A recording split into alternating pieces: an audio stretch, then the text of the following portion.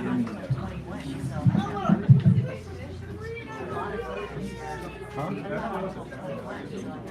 Oh, yes, you have a... I'll move this out.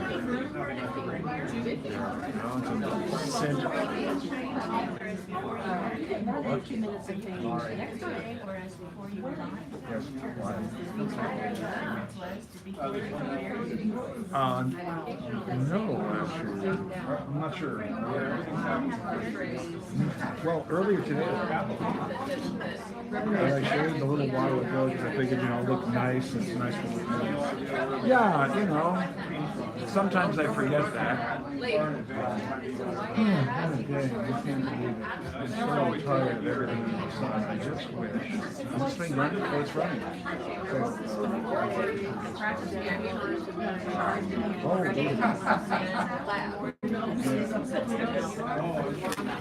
Yes, just loud, clear, and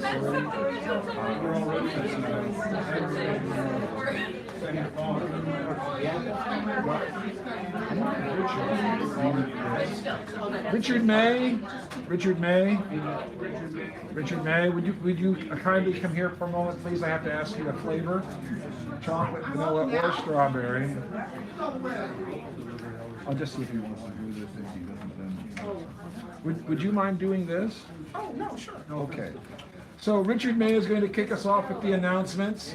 Then we have our keynote, and then we have a whole slew of people here for you, for your entertainment and consideration methodologies. So I'd like you to just be on the camera so we can, because we're actually filming. We're going live, we've been live, we are live, we will be live, and wait a minute. You are live. Okay, Richard May, you're on. Hear ye, hear ye. Welcome to Sacred Grounds with Dan Brady as the current host of this, the longest running open mic in the known and unknown universe. Thank you for that. Yay! Yay! Serving up good food and fine poetry since 1972. Please support this reading by enjoying the food and drinks served here. Let's have a big hand for Teddy and Fiona, our hosts.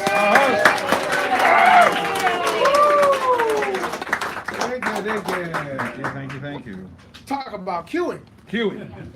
Poetry of all kinds, ladies and gents, is welcome. And we ask you to please respect the mic. Keep conversations to a whisper. Put phones on mute or vibrate. More vibrate. Vibrate. And don't distract the speaker or pass in front of him or her. Also, keep to the time limit. Usually 5 minutes, but that can change. Remember, we have two shows, the 7-ish and the 8:30-ish. For this reason, I ask for generosity. Going short helps with our tradition of getting everyone on the mic. And I just want to make a point that there is a didactic portion here, and I don't know what the hell that is, but that's the type of guy It was no I am. longer accurate. Oh, okay. Didactic portion? I'm just saying. Yeah. If you want to be in the proverbial loop, we have an opt-in email list and a Facebook group. We stream the video, and this is handy in 5 ways. You can view from home. Family or friends can see you live or later on. Mm-hmm. What does later on mean? Is that like you a Brenner later on?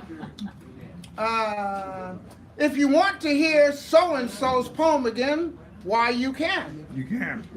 Want to do a self-critique? Fuck no. Critique? If you really want to, and I didn't do that well. And it is a way to stop. It is a way to put out the word yours, mine, and ours. Remember, the ongoing theme. Never doubt that a small group of committed citizens can change the world. Indeed, it is the only thing that ever has. By Margaret Mead. Thank you. The evening's theme is Noodles, noodler, noodle, anything with noodle in it. Noodle. And Shem was the one who brought that to us. I didn't know that when I wrote the write-up, so forgive me. also next week's feature will be Next week, Bruce Bagnell from the East Bay, a very wonderful and noted poet. Now, as to the first show. First show. The keynote will be Hal Robbins. Hal Robbins. while our feature is Georgette Howington, who will give the wave. Georgette. Georgette. Georgette. As to the second show, the last word will be Mr. Sanderell. woo, cursive. The mini feature is Mr. Buford Bunchen. Who is here? Where is he? Oh, there he is. and this is my Carol Merrill impersonation. We have door prizes. Door prizes, yes, we do. As you can see, there's a ton of them up here, not quite a ton. So I'm going to introduce them very quickly because why go slowly? Eric Fromm's Marx's Concept of Man. This is April Field Day QST. There's also a little handouts in all of these prizes. Some of the prizes are doubles, like I Yeah, like to those say. are for your friends of those QSTs. I thought they were for this. No, they're for your friend. These are my friends. They're your friend. Yeah. Okay. Well, this is somebody you said wanted the ham radio things. Oh, okay. Well, I'll take that. I don't know. I'll put that over here. Yes, I'll take care of that. There are Anyway, 6 of them. National Geographic Through an Astronaut's Eyes. There's also Common Ground on the inside and San Francisco's Poetry Guide. I think that's the San Francisco one. Yes, it is. And I'll put this one over here. So, doubles and triples, ladies and gentlemen. We got things to do here. Because I get some things from Southern Poverty Law Center. If you want to know more about hate and extremism, they will tell you more about that. And then I'm going to take the QST out because that's for a friend. I never heard about this book before, Tatum O'Neill, A Paper Life. I don't know anything about it. But inside is this is the East Bay calendar of many East Bay things, poets, venues, open mics, and stuff like that. And I got to do the QST again because you remember that. I totally forgot about that. And then this is Great Dutch Masters, a calendar, magazine, and then an explication of the various pictures, and then black and white plates of those same pictures. So if you're into that, Does it come with a box of cigars? they come later in the mail as long as you register your mail. I'm gonna put this over here. New Orleans, Clayton Matthews, a scorching novel about the passionate rites of Mardi Gras. Just so you know. These books come to me and I give them away. And you can read for yourself. And then, and there's another OST in there. So, and then this is quick little handout, upcoming appearances, and then Bay Area schedules and things like that. Sane or sane? Sane. Sane. So if you're sane, then you might be interested in that. And what else is there on there? Is that it, or? Be advised, although we record the evening, if an audience member wishes to do so, please ask permission.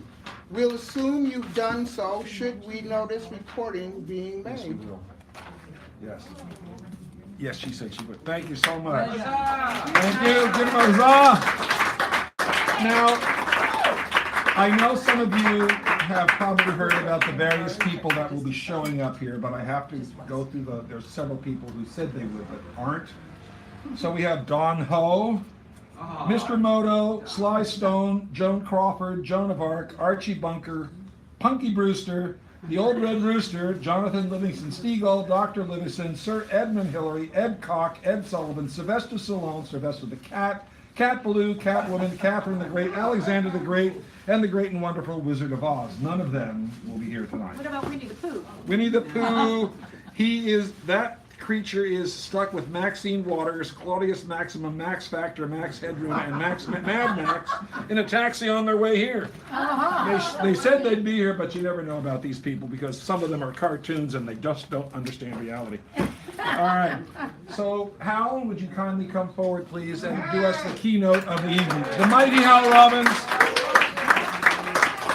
I call him the mighty Hal Robbins because, well, he is mighty. And he's also Hal Robbins. Just as you thought, Halloween was over. Yeah. It's not because I didn't get the keynote then and I had planned to do this.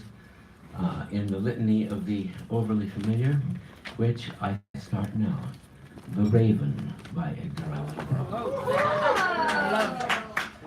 Once, upon a midnight dreary, while I pondered, weak and weary, over many a quaint and curious volume of forgotten lore, as I nodded, nearly napping, suddenly there came a tapping, as if someone gently rapping at my chamber door.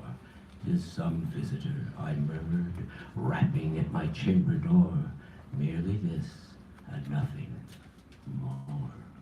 Ah, distinctly I remember, it was in the bleak December, and each separate dying ember wrought its ghost upon the floor. Eagerly I wished the morrow, vainly had I sought to borrow from my books surcease of sorrow, sorrow for the lost Lenore, for a rare and radiant maiden whom the angels name Lenore, nameless here forevermore. And the silken, sad, uncertain rustling of each purple curtain filled me with fantastic terrors never dreamed before, so that now to still the beating of my heart I stood repeating, "'Tis some visitor entreating entrance at my chamber door, some late visitor entreating entrance at my chamber door, merely this and nothing more." Presently my soul grew stronger, hesitating then no longer. "Sir," said I, or "Madam, your forgiveness I implore, but the fact is I was napping, and so softly you came rapping, and so gently you came tapping at my chamber door, that I scarce was sure I heard you. Here I opened wide the door, darkness there, and nothing more. Deep into that darkness peering, long I stood there, wondering, fearing, doubting, dreaming dreams no mortal ever dared to dream before. But the silence was unbroken, and the stillness gave no token, and the only word there spoken was the whispered word, "Lenore." This I whispered, and the echo murmured back the word, "Lenore." Merely this, and nothing more. Back into the chamber turning, all my soul within me burning, soon again I heard the tapping, somewhat louder than before. "Surely," said I, "surely that is something at my window lattice. Let me see then what thereat is, and this mystery explore. Let my heart be still a moment, and this mystery explore. 'Tis the wind, and nothing more." Open here, I flung the shutter, when, with many a flirt and flutter, in there stepped a stately raven of the saintly days of yore. Not the least obeisance made he, not a minute stopped or stayed he, but with mien of lord or lady, perched above my chamber door, perched upon a bust of Pallas, just above my chamber door, perched and sat, and nothing more. Then this ebony bird, beguiling my sad fancy into smiling, from the grave and stern decorum of the countenance it wore, "Though thy crest be shorn and shaven, thou," I said, "art sure no craven, ancient, grim, and ghastly raven, wandering from the nightly shore. Tell me what thy lordly name is on the night's Plutonian shore." Then the bird said, "Nevermore." Much I marveled this ungainly fowl to hear discourse so plainly, though its answer little meaning, little relevancy bore. For one cannot help agreeing that no living human being ever yet was blessed with seeing bird above his chamber door, bird or beast upon the sculptured bust above his chamber door, with such name as Nevermore. But the raven, sitting lonely on the placid bust, spoke only that one word, as if his soul in that one word he would outpour. nothing farther than he uttered, not a feather than he fluttered, till I scarcely more than muttered, other friends have flown before. On the morrow he will leave me, as my hopes have flown before. Quoth the raven, nevermore.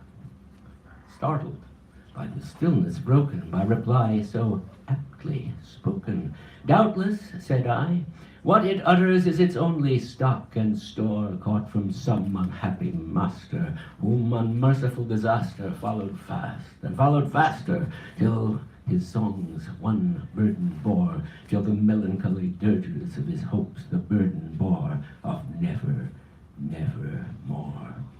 But the raven, still beguiling all my fancy into smiling, straight I wheeled a cushioned seat in front of bird and bust and door.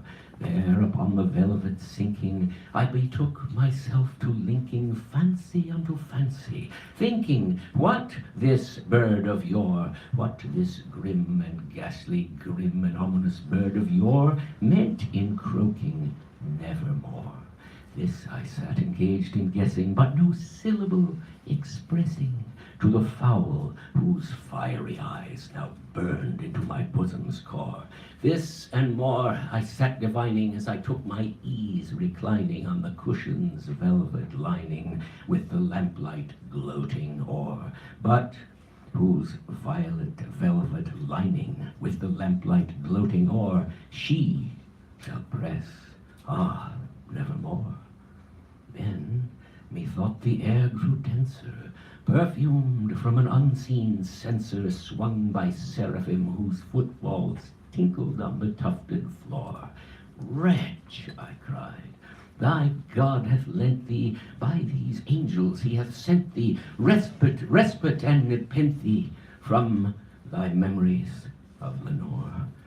Quaff, oh quaff this kind nepenthe, and forget the lost Lenore. Quoth the raven, nevermore. Prophet, said I, thing of evil, prophet still, if bird or devil, whether tempter sent or whether tempest tossed thee here ashore, desolate yet all undaunted, on this desert land enchanted, on this home by horror haunted. Tell me, truly, I implore, tell me, is there balm in Gilead? Tell me truly, I implore. Quoth the raven, nevermore. Prophet, said I, thing of evil, prophet still, if bird or devil, by that heaven that bends above us, by that God we both adore, tell this soul with sorrow laden, if within the distant Aidenn it shall clasp a sainted maiden, whom the angels name Lenore, clasp a rare and radiant maiden, whom the angels name Lenore. Quoth the raven, nevermore. Be that word our sign of parting, bird or fiend, I shrieked upstarting. Get thee back into the tempest and the night's Plutonian shore. Leave no black plume as a token of that lie thy soul hast spoken. Leave my loneliness unbroken. Quit the bust above my door. Take thy beak from out my heart, and take thy form from off my door. Quoth the raven, nevermore.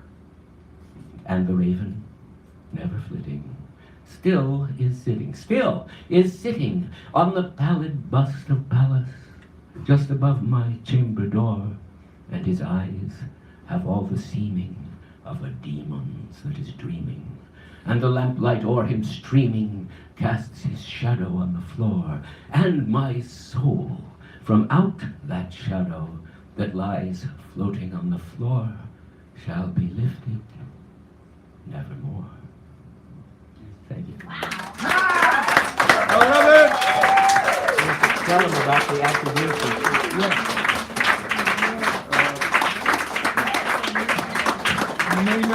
Thank you. You may notice I gave him a piece of paper with a pen. That's the attribution sheet. So if you read a poem by someone else, I give you that so you can allow me to make the proper attributions at the proper space and time. Okay, number one, Tommy Avicoli Mecca, come on up to the mic. Tommy!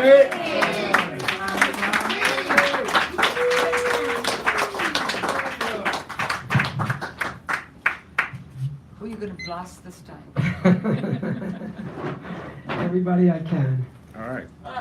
This month is the 40th anniversary of the assassination of Harvey Milk and George Moscone. All-American boy. He climbed into the first floor window, walked down the hall, greeting the people he knew. The police gun, the 10 rounds of ammunition hidden in his pockets. A former sergeant in Vietnam, a former police officer, former firefighter turned supervisor, then ex-supervisor. He came to City Hall 4 days after Thanksgiving to ask for his job back after he resigned in anger. He emptied the first round in the mayor's office, the second in the gay supervisor's body, turned himself in, received a 5-year sentence, killed himself when he got out. Dan White, called All-American Boy by the press.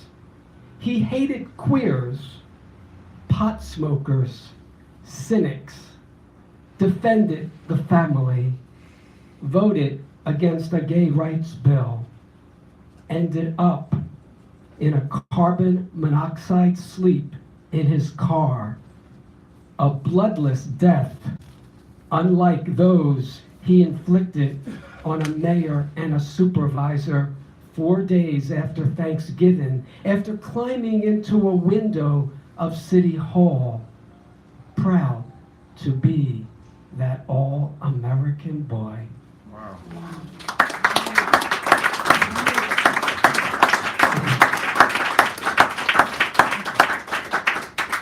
And then, unfortunately, this is something I actually witnessed on Sunday. He kicked him to wake him. He kicked a man, a homeless man, sleeping on the cold cement. No blanket, no tent, no bags, nothing but the clothes on his body and a half-empty water bottle, a styrofoam takeout carrier with noodles. The cop's partner stood silently beside him, looking bored, checking his phone. The drinkers drank in the nearby bar. Their laughter spilled out into the street.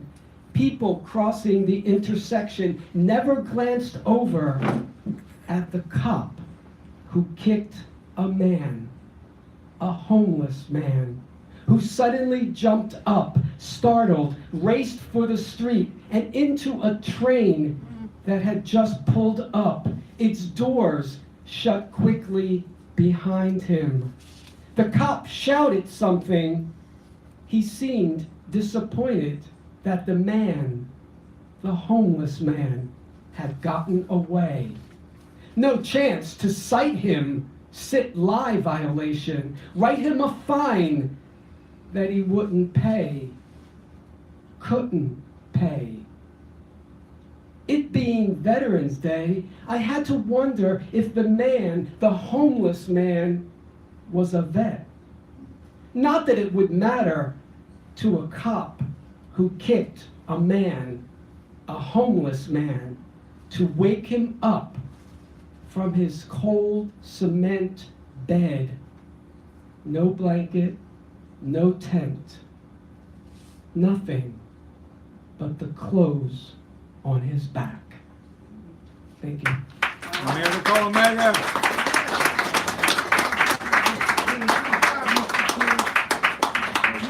Karen? No, Hal, that's the one exception to the Dan rule. Remember we were talking about Dan? The Dan rule? Yeah, yeah. That was beautiful. Thank you very much. That was beautiful. I meant to bring the last edition, and I wound up with volume 4. There's a volume 5 for Overthrowing Capitalism now. So I'll do volume 4. It's okay. It was 2017. That wasn't that long ago. The Dakotas. Indigenous peoples, water protectors, are again threatened and chased from their land by military tanks and guns, invading the native camps, clearing the path of humanity, who stand on their native land, stand guard to protect the land and water, stand guard against those who'd create a conduit to convey oil under the Indian sacred lake. The lake cannot speak. The lake cannot protect its protectors, who stand in a cold lake freezing, daring pneumonia to enter their bodies, as the military shoots more water into their faces. The lake and its protectors are fragile.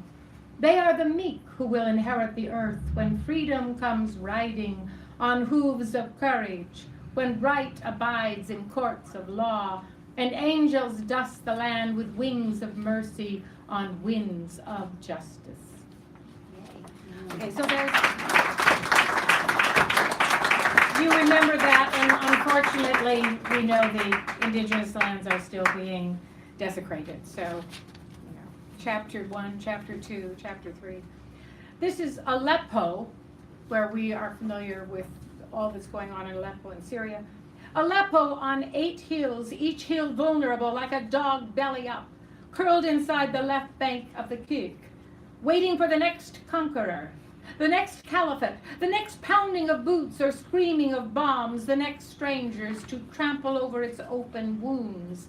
Countless empires have ruled the hills of Aleppo since the beginning of civilization. Innumerable ethnicities, philosophies, languages, thoughts, artisanship, from rock to bronze and iron, massive walls, souks and cells and narrow alleyways inform its heritage, created by humanity, waiting patiently. 3 millennia and more, wounded, bloodied, waiting patiently, waiting eternally for peace.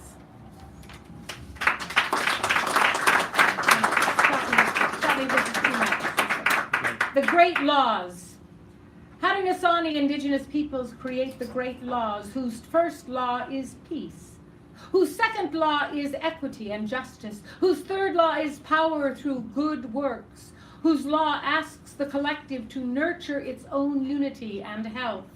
The great law of peace permits no warfare in reaching decisions, but only intellectual discussion and collective consensus. The great law of peace rests its authority in the Great Spirit, symbolized by fire, warming all people gathered for the common good. The Haudenosaunee do not envision genocide of themselves and their land and their buffalo and all creatures by marauding white settlers who build a land on the blood of deceit and violence, who lay waste to a utopia built on relationships with the Great Spirit, and the land and all peoples based on peace. The Haudenosaunee do not envision evil and have no antidote for its poison, and yet the white settler murders the people and their land, and then adopts the great laws to create a new government, a constitution attempting to make just laws, yet built on a bloodied land where slaves have no rights, and indigenous peoples exist to be slaughtered. A template of law allowing a government to continue for 200 and more years to pillage global communities and desecrate the great laws of the Haudenosaunee people, the Iroquois, the Seneca, through violence and injustice. Thank you. That's good.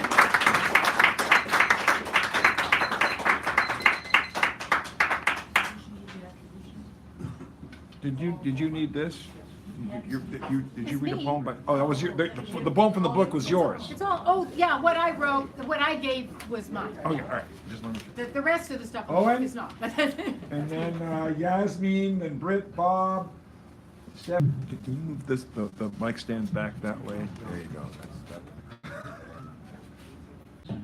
Flows like the air, the chair of flowers aspires to chasten a change. The The prose of Henry James' eloquent state of circumstances. Steve.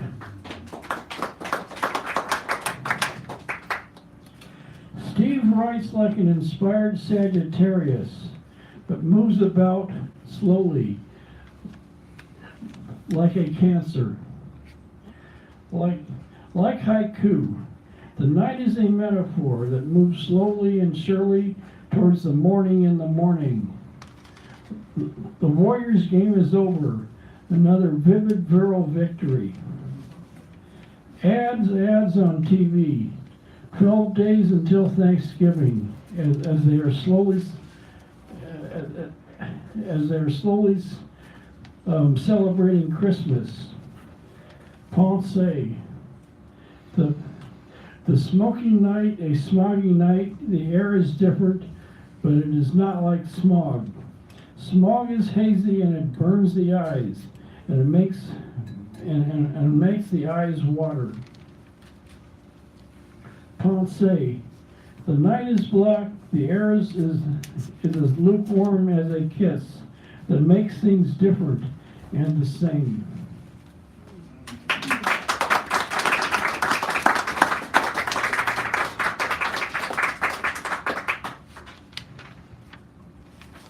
Said, the evening gone to a cement-like sky. All metaphors have vanished to the rainy sky of a winter afternoon. Gone. The day curls up into a ball and does what it was meant to do, and not what it was not meant to be.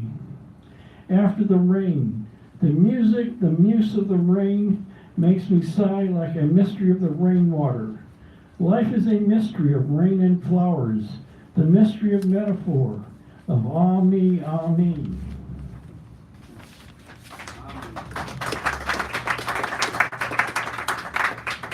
Sleep. Sleep came out like a cameo.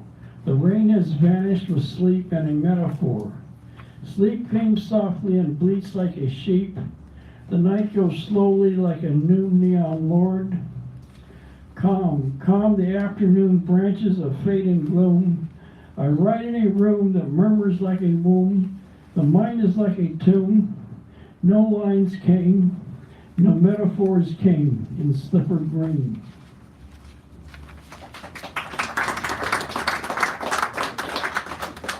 To Don Brennan. Oh, yeah. Your metaphors are a lonely outpost that I pray to in silence, like the aloneness of love. I am the alone quality of your poetry, as your metaphors are those of the earth. Cohen, I hold my pen in an observation of the nothing and something of everyday eloquence.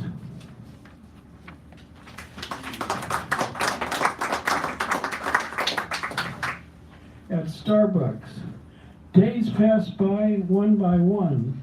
Time and space, more time and space. The wind whistles like a locomotive passing us by, like the movie The Greatest Show on Earth. Stop, stop, don't you see the lights? I feel like an elephant trainer waving his arms for his would-be loved one, the girl on the flying trapeze. This poem is the greatest show on earth. Soon on Broadway it will be. Shoot time, shoot time. I am an impetuous madman, shouting an eternal opera. Thank you, Mr. Owen. And thank you very much. Perfect. Okay, next up is Yasmin. There's me. Yep. Give me a nice hand for Yasmin. Oh, thank you. And then we got Chris, Bob, Stephanie, Richard, Hal, me, Sharon, and Dee, or Dee, Sharon, and me, or something like that. You know, I'm just going to read a short little extract from my husband's last novel before he passed away. So it's still lying on the shelf, and I picked it up this time again by mistake, Dan. So this time I'll read it, and it's very short. I don't try to read on planes during takeoff and ascent. When altitude and flying time was announced, I got out of my carry-on copy a James Beard biography I was finding interesting. I used to enjoy cooking, and my collection was cookbooks. and mushroom books. I must have 100 of each to sell off sometime. I hate to say it, but I've sold them all off now. And here's a long yellow legal pad and a pen. What writers do, can't help it, is write. What I'm going to do is write. Something difficult, maybe impossible, but once I thought of it as something I might assign my students in a writing course. A lousy exercise. I hold off. Okay, it's all yours now. I can't. I'm a man without faith. That's a dumb exercise. Do it. You've got to write about God. Write a description about God. Groan. Do it. I can't find my glasses. Here they are. You're a writer. Let's see your stuff. Okay, here we go. I need 2 references. Far apart in time, and I'd better add that my descriptions will fulfill all the attributes me, subject, is supposed to have without offering any comfort to mortal man or woman. My first reference goes back in 1949. Harry Truman was president. I loved, worked, and voted for him, but he forms no part of my description. God is not politics. Nor is man directly, to whom I next refer, though he was extraordinary person. His name was Dick. I withhold the family name, though if you ever happen to meet him, you'll know it. Here is a vision of which Dick told me from a hospital bed in Berkeley. We were by then old friends. It had no more to do with the forthcoming colonial description, really, than did Harry Truman. God is not beauty. This is roughly what Dick said. That's Dick, as I want to remember him, through the other vision of which he told me in the hospital room in San Francisco, where he was preparing to die, was very moving to me in a much different way. God is ocean, indifferent, arbitrarily angry or serene, stormy or calm, salty. So there is no need for heaven or hell, just infinite water. That is how those billions of creatures which have existed since the world began can fit in one place and have direct knowledge of God. It's not female, not male, but it's where the world began and life came from. Maybe on the trip back, I'll try Satan. Thank you. Glad to hear that. Next up is Britt Peter. Britt Peter, then Bob Gordon, and Stephanie Richard. Hal. There we go. Thank you. Okay, noodles. Thank goodness. Noodling around. That's definitely what I'm doing. Noodling, called obligato. Obligato is okay. A worthy pursuit if you eventually find a melody. Noodles. Noodles and Marco Polo. I brought this back. Noodles with a backbone, pasta, olive oil, garlic, and a little Parmesan cheese. Uncork the rough red wine.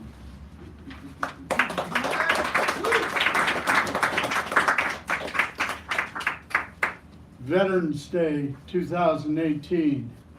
If you're going to cheat veterans nearly every time, why not save coin honestly and end war? 1790, 1,200 acres in Kentucky, a bloody pipe dream. 1820, pension commissions for Revolutionary War soldiers. Come on, man.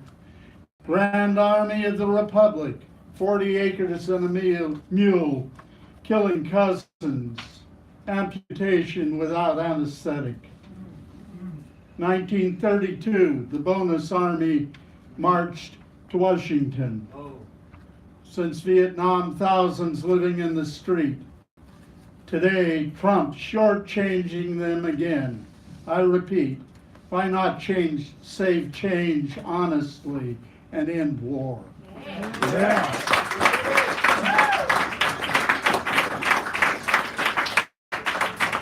I've got a slightly longer Veterans Day poem that delves into memory. Always an uncomfortable day. crocodile tears and rabid recruitment instead of heartfelt never again eulogies. Relish the continuation of the war machine. A bubble of a single tear, a speck of memory set down here. Winter morning, 1959, a lift up to the War Resisters League office, 5 Beekman Street, New York, New York. A little old man sat in the corner of the front office, Max Sandman, sentenced to death for refusing to kill, 1918. Striving now to obtain a meager benefit from Social Security for his labors all those years after the war to end all wars. A brief meeting, Ralph DeGee and I shook his hand before passing through to the back office, where Bayard Rustin, sleeves rolled up, grunted his usual, "Oh, good morning." And over this last weekend, we paid for the man in the long red tie's trip to Paris. It's rumored he stayed in his room to avoid the rain to save his clamped down hair. Treating away a backward glance at U.S. disasters, blaming Smokey the Bear for PG&E's campfire, wanting elections that are a single evening's TV show. This spoiled brat comes through for us every time.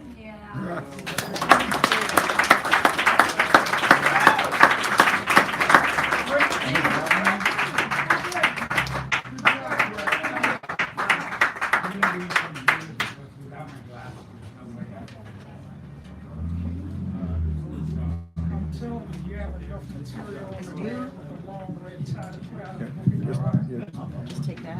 Take it out. Yeah, see if you can. I don't know if it'll reach you in there.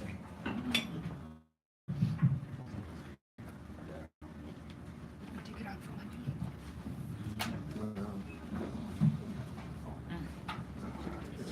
You have a tank. No. I don't. There we go. It's gonna. Maybe he can move a little bit this way. Can he move a little bit this way? Oh, you should. Well, it's tangled. There we go. Optical arm. What? No, it's in the knot. This is a story. This is sort of story of the from the poet's pen that was lost. I wanted to tell you something exciting, so I tried to tell you I had a good afternoon. Would you believe I wrote a letter and it was so Hebrew I couldn't help but laugh. I'm bound to you every day over fruits of this land, sorrow in me but not sad for all of you. They say it is only change, but is that to laugh? Let me know how it is, Shmuel. There is a page missing, is it? Years ago I answered a letter, but was I the only one who did not? So much already and not a word my own. It seems I am so nervous I cannot look back or remember. I have written now for God knows how many years they won't let me remember, sleep, or dream. Lola, it is like all over again. The family is afraid. Mama shouts to let the neighbors know. Papa's never home so much more. He hears the signs. They tell me, tell them, but am I a queen? A princess once I was. Meine Liebe Minerva. P.S. Their own kind even they kill. I hear this. Try not to worry. Hours. The children learned about what I don't understand. It is a shaga, you know, but here they say, so and what is to understand. Didn't Anna say in a world only to start right away? I cry almost. Here is another letter from me. Yesterday, like Titla, I cried, they said weep, in front for them, everybody. And even if all the time it is not enough, Noella. Someone taps a neighbor, but what he does, not to say like all of them, be quiet and rest, nobody is sleeping, just me. No, that's not me. Go now, capital with no. So in the tongue of Salzburg we began. Leopold further wrote, Mamela, you called him. My son cries out for peace. Your heads bowed and wounds and beam, bang boom, it was like all old rain water. I know this like my father's grave and raising to God their arms. To the middle of the wheat field was a child, 3 years or months more, scooping to find. Another came out on the steps and back of the army residence. No one saw beyond the tall grass someone who heard nothing. Was it a real woods or a ruin of a city? All were shooting. How to begin love, how to go on. It was that time when the growing leaves were now just sapling, the germ of the stems flowing in the plants like music. Totally all were a proscenium of green we could not see under the sky. The hour, was it dim or dimming? We couldn't see. They said our search was futile, my little friend, but don't correct me if I'm even wrong. Was it not your true father I asked to say good night? Was he too okay? I send a kiss, Robert. Now you will forgive me if it is cold where you are. Heaven, nobody ever said was never cold. There is a little house made of sticks. It is near where you live. I can nearly. So are we there, supposed? It will tell you your heart, Minnie. Honey, my child, is it like yesterday? Your troubles all so far away with them. I am your Nana, and here I speak. Tomorrow, if you cry loud enough, will it be? Shah, is a voice not in your mind? Have you found the writer? I told you it was spring when our gift came to us, and from you we knew was that scent. We know now it is where, so also you. Also, I could not find, so it begins to be cursive. I'm sorry I could not be at the wedding, but it is fun here like you so young could not know yet. Shmuel in Israel. Yes, I smoke terrible, even now, like all of us. A heart attack you shouldn't have, like I think someone thinks sometimes. Still it is not midnight. Catch the next train and be not surprised to find us DOA as if. End.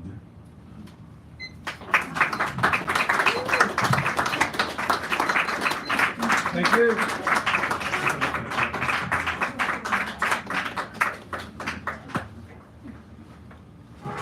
And oh yeah. Stephanie Manning, then Richard, then Hal, then Sharon, then me, then Dee, then our feature. Yes. There we go. Just so we know what we're doing around here.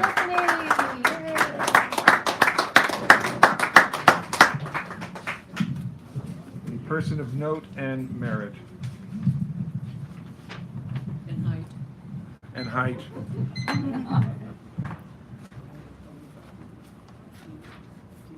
So I wrote this on the train. This is just really a memoir style. Without my cell phone, and this is about the smoke.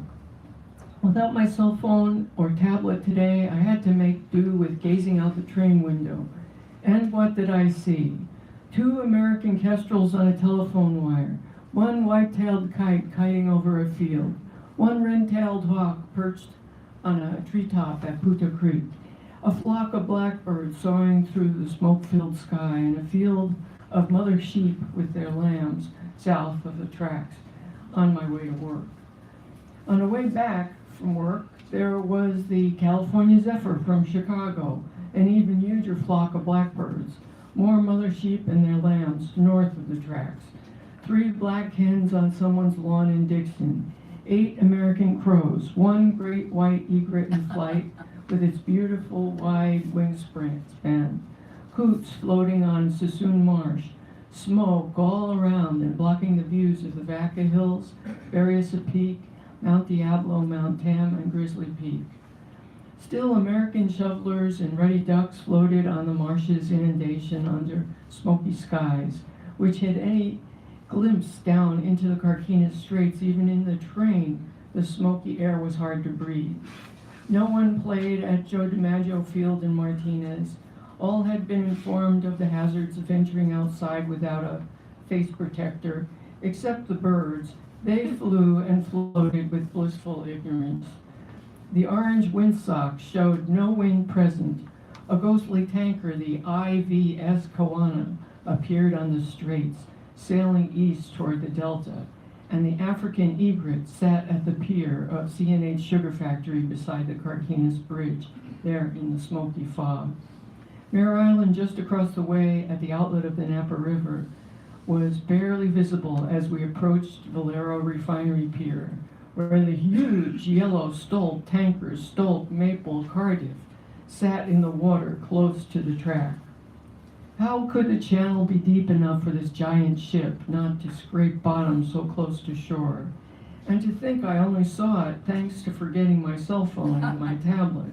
Maybe I should forget these things more frequently. Now here on the North Bay, a lone fisherman in a rowboat with his line in the still water, inhaling smoke. The sun is blurry and no longer red. Many coots float here at Pinole, maybe 50 here and 50 around the bend.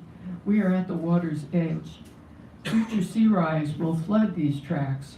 Marsh grass sits in the water at high tide now, under the somber, colorless scene, betrayed by smoke from the fires. We should expect to see more in the fall, every fall, and more smoke. A belted kingfisher flies north across the mudflats, a sign of hope.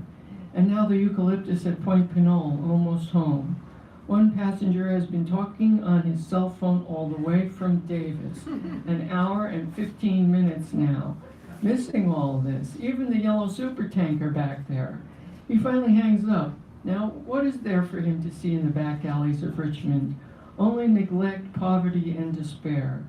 Today, you would have to look very hard to see the Berkeley Hills or Marin on the other side of the bay, a grace that only comes by forgetting your glowing screens. Last call for Richmond Station, only 6 more minutes to see the Golden Gate, the San Francisco skyline, Brooks Island, Mount Tam, and the Hoffman Marsh, if there was just not so much smoke. Well, anyway, on a clear day, you can see forever. Thank you, Stephanie Manning.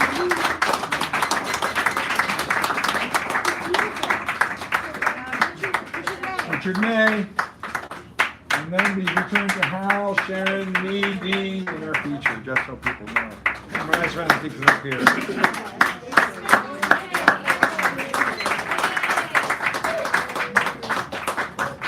Hi, so I have 2 things. They're both short. The first is from Eugene O'Neill's Long Day's Journey into Night. The fog was where I wanted to be. Halfway down the path, you can't see the house you'd never even know was here, or any of the other places down the avenue. I didn't meet a soul. Everything looked and sounded unreal. Nothing was what it is. That's what I wanted, to be alone with myself in a world where truth is untrue and life can hide from itself. Out beyond the harbor, where the road runs along the beach, I even lost the feeling of being on land. The fog and the sea seemed part of each other. I felt like I was walking on the bottom of the sea, as if I had drowned long ago, as if I was a ghost belonging to the fog, and the fog was a ghost of the sea. It felt damn peaceful being nothing more than a ghost within a ghost. Don't look at me as if I've gone nutty. I'm talking sense. Who wants to see life as it is if they can help it? It's the 3 gorgons in one. You look into their face and you turn to stone, or it's Pan. You see him and you die. that is on the inside. And then you have to go on living as a ghost. Thank you. Thank you.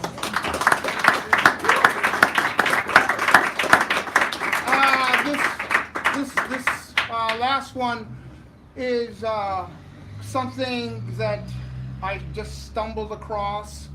It was written for this like crappy ass TV show about like 30 years ago, and it was just phenomenal. And anyway, it's from the TV show called The Spoils of Babylon, and it was written by Mr. Thomas Piedmont. I had it out with only my thumb and a beat-up Olivetti typewriter. I didn't know what I was looking for. God, love, death, kicks. I knew I needed to go and never stop going. My head bent to the Negro earth. I wandered forth into the electric Negro dominion of Coldwater Flats, boxcars booming through cities Cleveland, Davenport, Denver, and the sound of mad jazz piercing through the back alleys and flop houses. New adventures in miles between Design Hope. Design Hope spread out like one long ribbon across the land. Engines into the madness. Charlie Parker with his doo-doo-roo tube. Miles and Diz. Old Al Bevins cracked his skull on a blah-blah shell in cold downtown Chicago, quivering like a madman, laughing under the noise and clang of all that American music, fixing and shooting in gloomy shadows like innocent angels in supplication. Whither and hither I went like a nomad lost in a desert of no self, and always, hey man, going, where's it at? And too often the search for love and loveless love them with loveless girls not even acquainted with love or Buddha or Jung or Karl Marx. Leave love behind for kicks and commerce. One night the sad old moon hung over the Golden Gate Bridge like Dick Powell in some Hollywood musical. I was out in Sausalito on Big Jim Lager's boat, Dexter Gordon wailing on the radio, when moon-faced Dick Powell wandered up to me and asked if I knew who I was. Really knew the essential soul within. Dick Powell, I'll always see your pictures for that. Thank you. Thank you. Good name.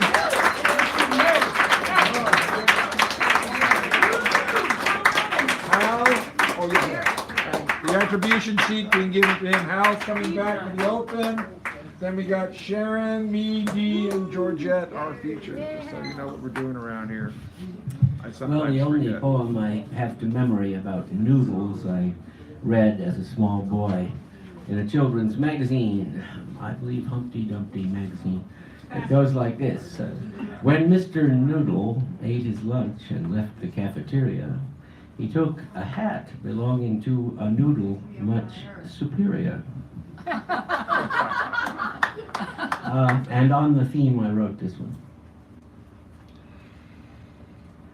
The noise got me up again. Back door rattle, loud, insistent, like an unfriendly knock, like the sheriff with an eviction notice, or a thief beyond caution or care trying the handle. But I knew what it was. The noodle restaurant again. The fan bolted to my roof, though they promised they wouldn't. Through the full year of construction, when brick by brick they knocked down the old chimney outside, which had made it through 1906 and 1989, and put up their cheap vent and their fan rattling, roaring, vibrating the door in its frame, until I get up and press against the panel an old samurai sword case, just long enough to reach to push the door back into its valve, so I can sleep just the dawn hour longer until it begins again. But it was nice once. I know you don't want to hear it. There was a tree that filled the backyard. 2 owls lived there, and a garden with the scent of aloes, long since bulldozed, and the tree cut down. I came back from a trip, and hard hat workers were sawing off the branches. The property owner says it's too big for the yard, one shouted when I asked. She was a bitter day drinker who would sit on her stoop, cursing anyone who passed by, spitting. More than once, I got the rough edge of her tongue that way.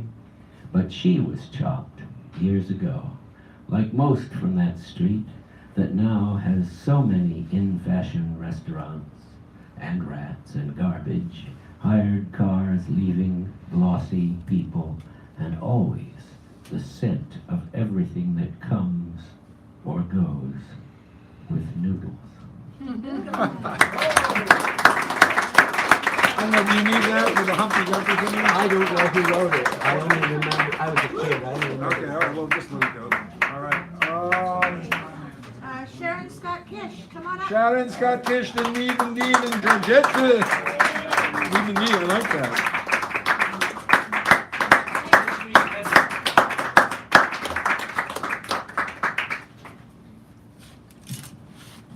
Charlie Parker, you gotta love him.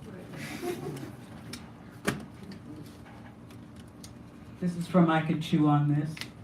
These are poems by dogs. The naming. Give me something strong. Give me something powerful. Give me something noble. Give me something memorable. Give me something to carry through all my years, with back straight, chin held high. But when you ask your 3-year-old daughter, why don't you name the new puppy? I'm so screwed I could cry.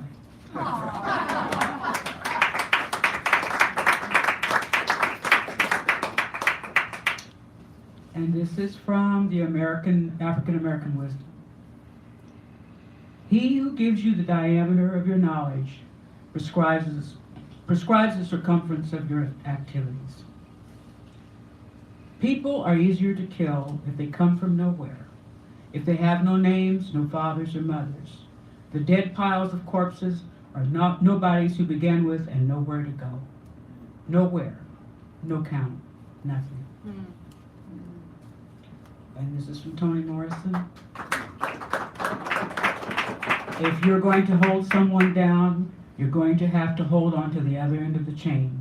You're confined by your own system of repression.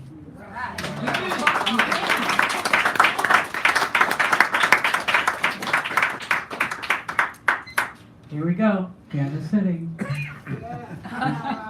This is called Ringworm. There are a few dreaded things that kids have. Measles, chickenpox, mumps, whooping cough, and ringworm. Avoid that at all costs. But in school, you are exposed to it all in the 40s. No vaccinations. These spread like wildfire. Can't avoid them. We were told not to play with infected kids. Easier said than done. Who doesn't want to play with someone that has a new truck, wagon, or a new doll? No one. Go over to the house, don't tell your parents, proceed to play, share, ice cream, lick off the same cone, lick pop from the same bottle. Boy, that's it, enjoy it. These are your friends and no reason to hold back. What about the movies? Saturday, Sunday afternoons, sit close, lay your head on the back of the seat, no worries. Now once an announcement is going on and there's an outbreak, everybody's mother goes into panic. Especially the mothers of little girls. Cure is to shave the head, blue tincture, stocking cap. The last thing the mothers want is to shave a little girl's hair, especially since they have spent hours combing, brushing, braiding, putting all sorts of potions on their scalp and hair. They do not want to cut those braids off, and they especially do not want to retire the ribbons for the season. Rubber bands on the ends of braids. That won't be a problem if you've got ringworm, because you won't have any braids. Tough enough, you've got to separate the towels, the bed sheets, everything. No one can use anything of anybody's. Some mothers are so fearful. No movies. In their hearts, they would rather prepare you to walk on the other side of the street, but that's not proper. So we'll just walk by real fast. Okay. Briskly, Grandpa goes into, as usual, panic mode. Keep the baby inside. Walker, don't be silly. Kids play. Kids have had ringworm forever. Nope, I don't want her red curls gone. He's on the watch for kids with stocking caps. Calls his lodge buddies. Watch out, all those kids have ringworm. Just a little over the edge. He busies himself with constant scrubbing. He even demands that the beds are changed every day. He goes into panic mode, examining everyone's scalp each day. Word gets around the bus station where he works that there's an epidemic. Who do you think spread that? The world is going bald and wearing stocking caps. That's the way he feels. He's overly cautious. He's careful. At the lodge, doesn't give the secret handshake anymore. Just nods. He is on the phone constantly. He's walking around with a bottle of Lysol in his back pocket. He's just so sure he's washing his hands before he even talks to my grandmother. This man is crazy. So, it's time for the lodge meeting, the big Prince Hall lodge meeting, which is the Black Elks. He has to meet someone at the station. He can't find his bottle of Lysol.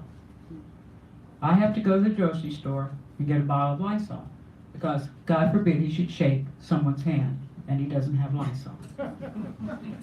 He goes to the lodge hall to make sure that everything is okay, and then he goes to get a haircut because he is one of the key speakers.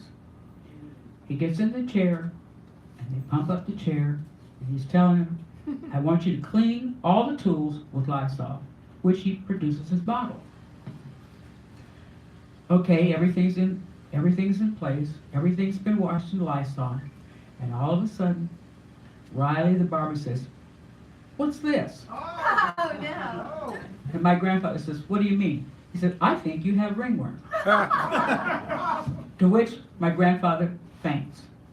When they bring him to, they look and say, we were just kidding.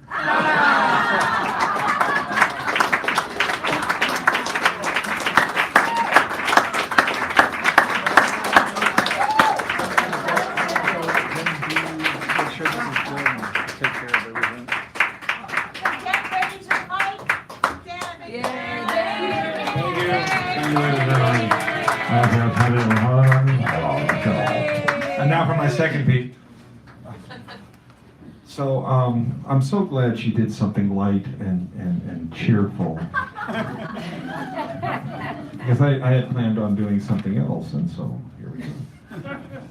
So I went and visited my sister in Denver. She lives just outside Denver. And then this poem came from, well, you'll see. It's just simple, and then I'll follow it up with something that's not so simple. Dear Columbine, it was a sunny day this past 420. The plaques told their tales, flowers wilted on hot marble. It was the anniversary of the silence in this stillness. The plaques told their tales, lives cut short murderously quick. It was the anniversary of the silence in this stillness, names losing memories.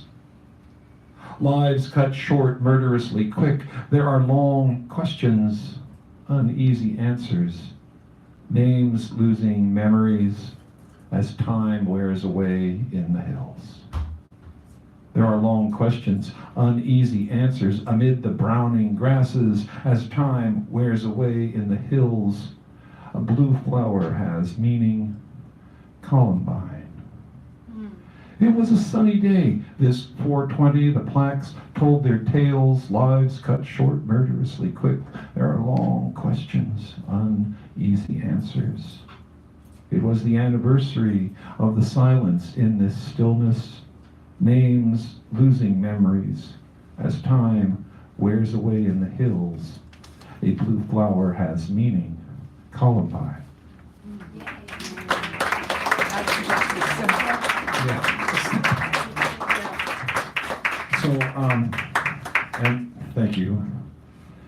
So I'm going to abbreviate this, but only in America do teachers discuss becoming human shields, learn to take bullets meant for students, or schedule practice with their own free gun, some of the latest perks in their profession.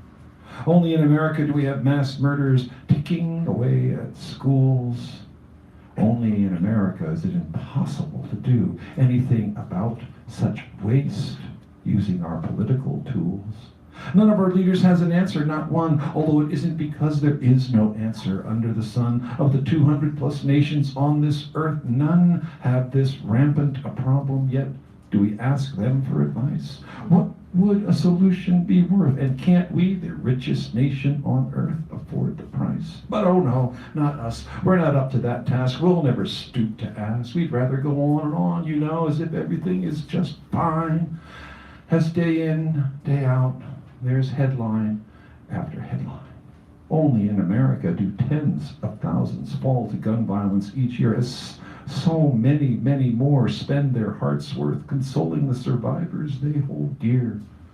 But let's have more memorials, more photos of dreamy-eyed innocents, all happily smiling just that moment before.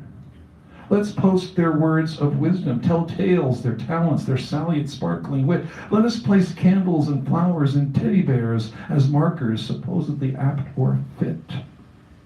Let pulpit pounders pontificate by the score with more tearful, poignant regrets, more meaningful notes and quotes and salutary votes, politicians stumping on anecdotes and intimate clips of live action horror. Let's have all those things and more details to hear, more shots to see. We never seem to get enough, do we? With hundreds of thousands of deaths over the decades, more than we have lost in all our wars, still we cannot find a way. We have no answer for the heartless minds that kill. But in America, the land of the free, home of the brave, we can't solve this. Prevent it, take it in hand. What would it take to do those things? We don't know. Our government really hasn't taken a stand.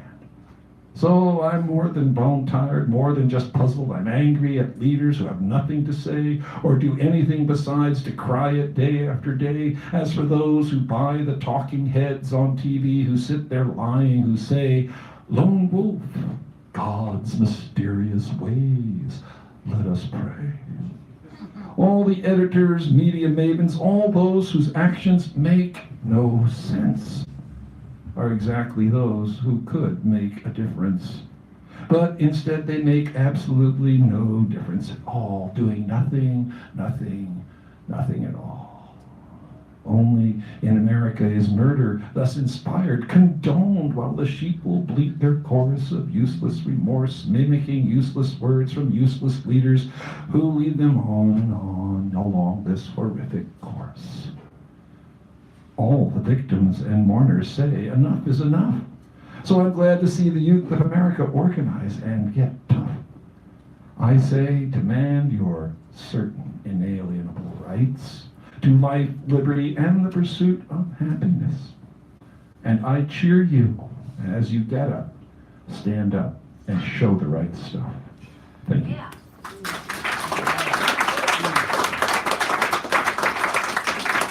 Thank you so much. Mr. D. Allen, and then we have our feature, D. Allen in the house. Turn it loud.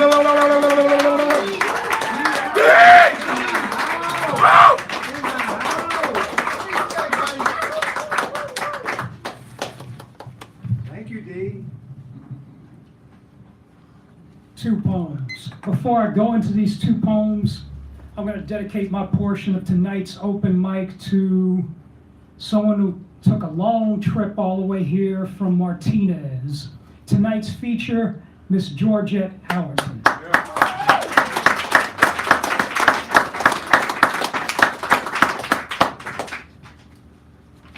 And these two poems are new. The first one is called Night Eagle. Dusk hides nothing from the night eagle, himself hidden in the trees, with feathers and wings of sandy hue, bulbous eyes black as his native grove. Nyctophilian bird watches the wildness in deep darkness, observes change in weather and seasons. From the hollows of oaks, broad branches of redwoods, now the thing escapes his careful, penetrating gaze under the stars. Red men claim the night eagle is the spirit of one of their departed, brought back to earth in avian form, protective, insightful, wiser than he was in life. He gives his sharp chorus of hoots, spreads his wings and flies after intruders on the ground, chasing those field rats back to holes within nightly abyss. Before the slow coming of day, the night eagle, watcher of the woods, wings of sandy hue, black eyes, is my spirit animal, according to a spinning color wheel on an iPad, on a table, under a tent, a pretty blonde park ranger directed me to during the stand for the Redwoods Festival, Yerba Buena Gardens, SF. The color wheel rotated clockwise by the touch of my index finger on screen, then slowed in pace. Right side arrow landed on yellow. Northern spotted owl. I don't believe in this spirit animal nonsense at all, but the traits of the fabled night eagle has. Vigilance, insight, wisdom lie within me nonetheless.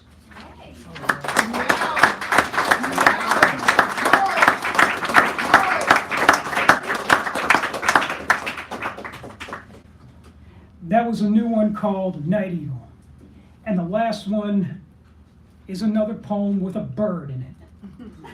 But it also happens to be one of those ekphrasis poems, one of those poems inspired by a piece of artwork. And this one is no different.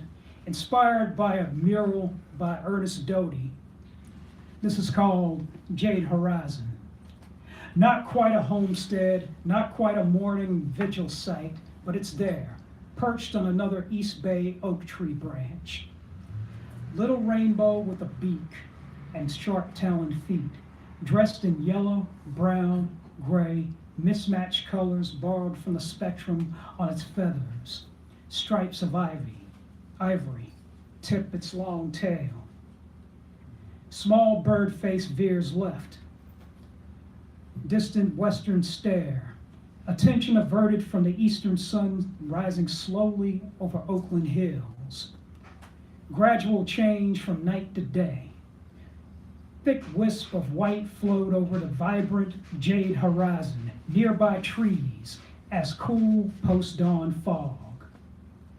The painted lumber fence facing MacArthur Boulevard traffic shows this idyllic scene, transmits a message on nature's purity without the need for language.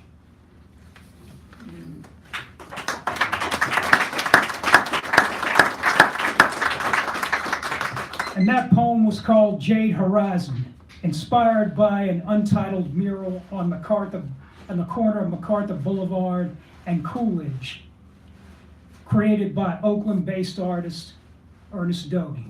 I'm D. Allen, you're the crowd. Thanks for listening. Give me that guy's name. Put that guy's name on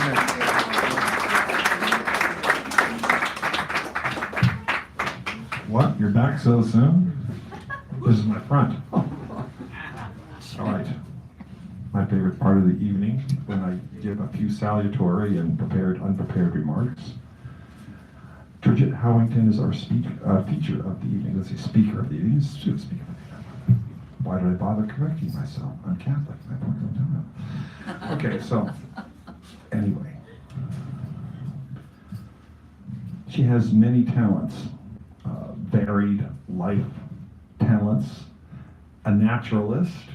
The secondary nesters. That's what the thing that she mentioned that when she was writing to me, and I thought, that's such a cool concept. You know, that one animal will use something that the other animal has abandoned, and waste not, want not, as my mom used to always say. And she says that she is new to poetry. You wouldn't know that from the things that I had read. I was thinking, oh, this is great. This is another great one. So she might be new, but she is worthy of an audience of this nature. And if you look around here, you'll say, the place is crowded. The place is packed. She brought in her people. People came to hear her. People attributed their poems to her. This is an honor. This is an indication of the quality we're about to experience and enjoy. She has a light touch, a heavy touch, but it's varied and it's wonderful, it's intimate, it's clear, and she is a wonderfully talented individual. She has a great voice. You can hear the heart in her voice. Georgette, come on up. We're going to take care of this right now. What a beautiful person. Let me make sure this is right. Is that good? Can you Can everybody Just- hear me? Much Okay. closer. Just- All right, yeah. much closer. Yeah, yeah. Thank you so much, Dan Brady. When he invited me to do this, I was so shocked and so honored. And I'd like to point out that Poet Laureate Tom Stanton is here from Benicia. And he's going to be on the mic, Stand right? up. Yes. He's going to be on the mic a little later. And other notable poets from Benicia, Walnut Creek, and Pleasant Hill are here with me, Very and nice. wonderful artist and her husband. So I feel very blessed that they came to hear me, and thank you to all of you. It's been a tough week. We barely had time to enjoy the fact that we won the House. Yeah, right. And then there's another mass shooting. Innocent kids killed. And then, here, the fires. We naturalists, the scientists that I hang out with and that, we've seen a lot of this coming. And it's here. I'd like to start my reading with a poem by Tony Hoagland, who recently passed away, and it's called Peaceful Transition. The wind comes down from the northwest, cold in September, and flips over the neighbors' trash receptacles. The Halifax newspaper says that mansions are falling into the sea. Storms are rising in the dark Pacific. Pollution has infiltrated the food chain down to the jellyfish level. The book I am reading is called The End of the Ascent of Man. It says the time of human dominion is done, but I am hoping it will be a peaceful transition. It is one thing to think of Buffalo on Divisadero Street, of the Golden Gate Bridge overgrown in a tangle of vine. It is another to open the door of your own house to the waves. I am hoping the humans will be calm in their diminishing, that the forests grow back with patience, not rage. I am hoping the flocks of geese increase their number only gradually. Let it be like an amnesia that we don't even notice, the hills forgetting the name of our kind, then the sky. Let the fish rearrange their green governments as the rain spatters slant on their roof. It is important that we expire. It is a kind of work we have begun in order to complete. Take out of the north, the cold wind comes down, and I go out to sea. The neighbors' trash bins have toppled in the drive. I see the unpicked grapes have turned to small, sweet raisins on their vine. I see the wren has found a way to make its little nest inside the cactus thorns. That was Tony Hoagland.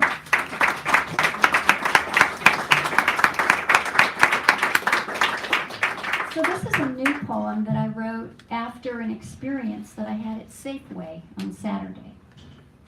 If you had 10 minutes, what would you save? At the market Saturday morning, 2 colorful bouquets in my cart. A woman walked by. "Oh, pretty flowers," I replied.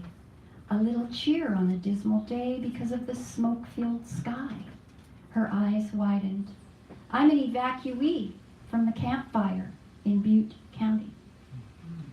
Tears welled up in mine. All the sound stopped. I saw her blonde, curly hair and kind face. "We have our 2 sons and our dogs. Other than a few things, everything else is gone." I took a deep breath. "How do you know what to take?" "You'd know," she said with certainty, reaching into a pocket inside her Levi jacket, unfolding folded papers, all typed upon, some torn, some worn, all gently held. These are the love poems my husband wrote, one on each Valentine's Day, and she gave them to me to read. I felt the weight of her life in my hands. Nice.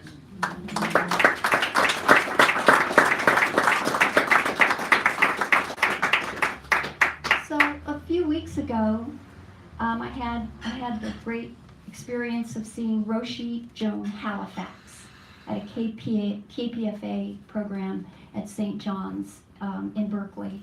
And she spent most of her life devoted to the Nepalese and alleviating suffering there.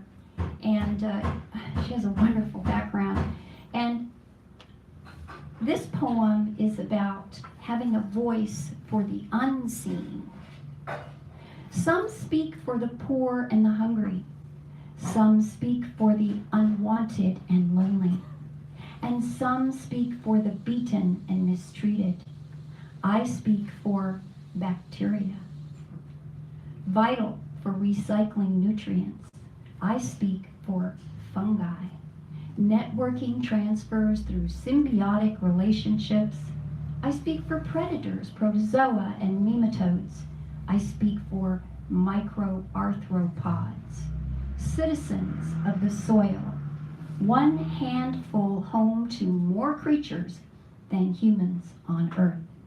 So when you see Roundup, herbicides, pesticides, oil soaps, chlorine, gasoline poured onto the ground, think they are destroying entire societies in the soil, vital to all life. I speak for the unseen microlives in soil, thus I speak for you.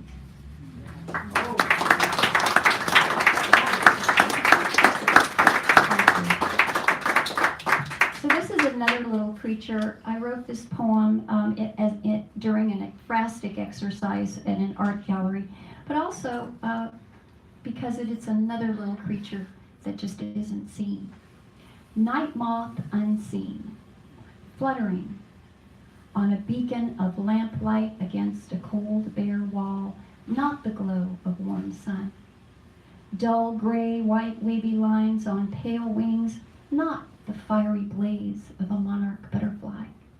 One flies onto my arm, folding and unfolding, not afraid, her antennae probing, eyes seeking clarity. If beauty is a cultured taste, then yours is an understatement.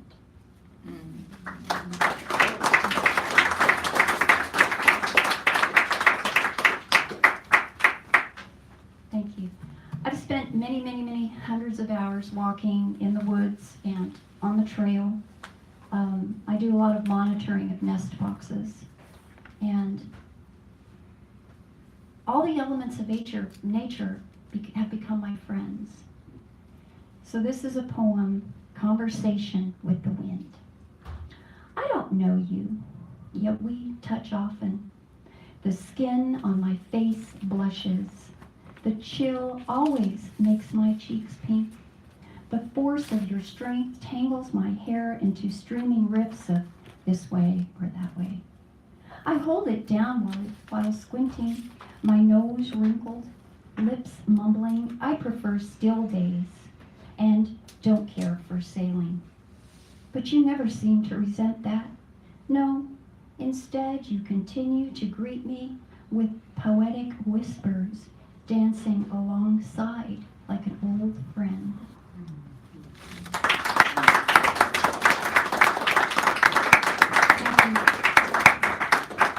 So the moon plays an influential part of our lives as human beings, and I'm a gardener. I plant by the lunar moon, and the eclipse, the sturgeon moon solar eclipse, was a wonderful event. It was August 21st, 2017. Captivating your presence in a rare appearance, beguiling those of us who traveled for miles in crowds to be in your shadow with covered eyes, redeemed in this star-swept universe, listening for chariots drawn by archers into the cosmic prairie, and leaning back onto lawn chairs, iced tea glasses raised high, some applauding this celestial theater, banking on a shower of higher meaning.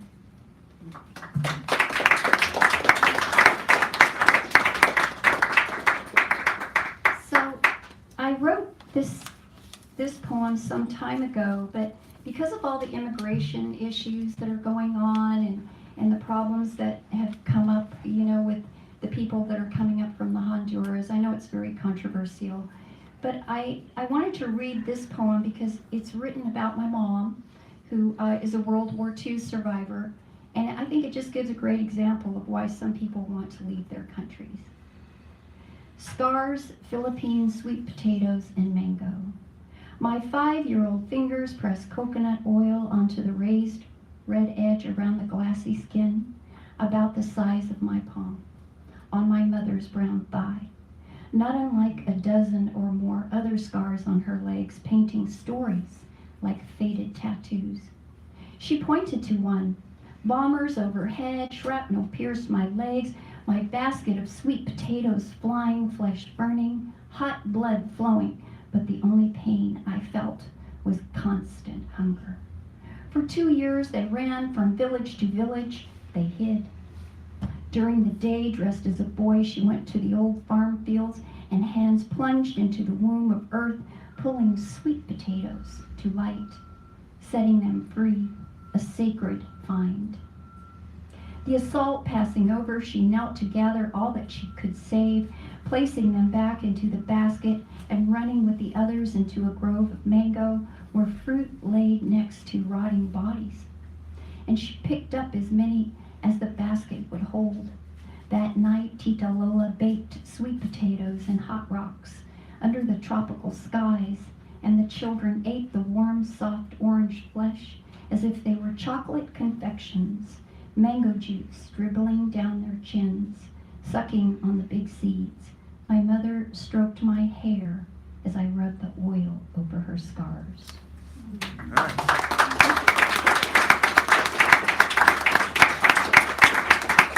Thank you very, very much. And this is my last poem, and it's called Be Witness.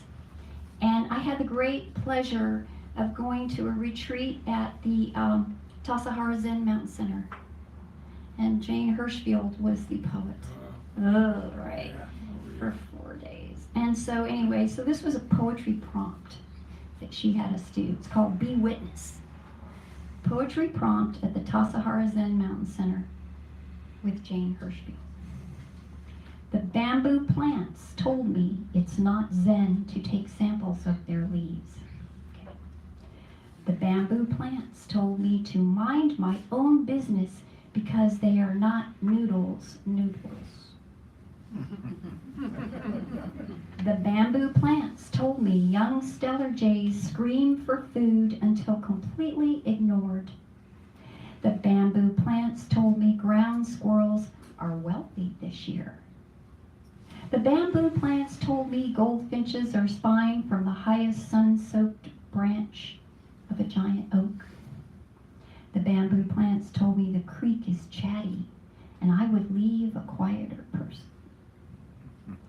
The bamboo plants did not tell me I would find myself bowing to Jane Hirschfield, buck naked in the bathhouse. That's true. That was so shocking. Jane Hirschfield. But anyway, thank you very, very much.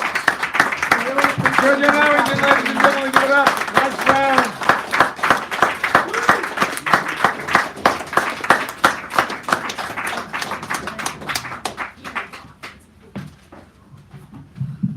There were a lot of surprises in there. Give her another round. That was great. Wonderful stuff. Beautiful. Thank you. So we're going to take a quick break, maybe 5-ish minutes to get ready for the second show. This machine will still be running, but it'll be facing the wall so that you don't have to worry about being inadvertently photographed or anything like that. Because it runs until the guy comes and switches it. I don't set this up. Mr. Natural, the wonderful, the real live person from which the cartoon was made is the person who sets this up. So anyway, we'll be back in 5 minutes or so. Talk. Georgia, should you bring books with her? She's indisposed. I know. Well, if she has books, you know what? Ask the people at this table. They will know. And then when Georgette comes back, we can maybe. Well, they will be soon. Anyway, talk to them. Talk to yourselves. We'll be back in 5 minutes. So Sharon, you have everything out of the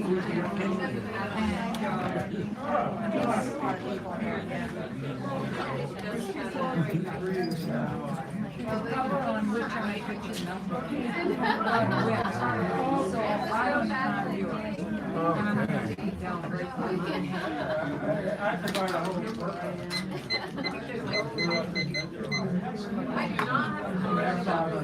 I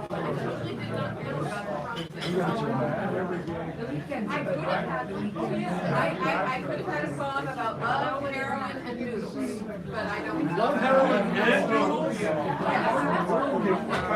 Its own bathroom. Go with heroin. It's away from the city. No, I know. Because you get those thick noodles, you do the heroin. Yeah, no, I could have put noodles into the song.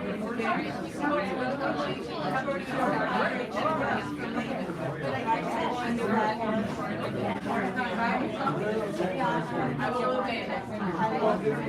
It's not suggested.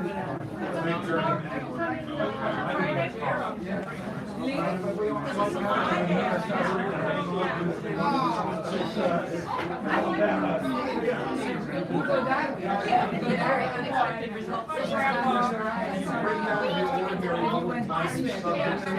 It's as if you have your permission.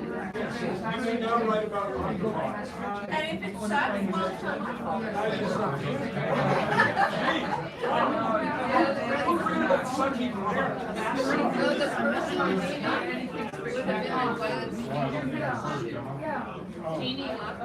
Oh yeah, I know her. She's gonna be. That could be embarrassing. No, you're not. There's somebody ahead of you. Who?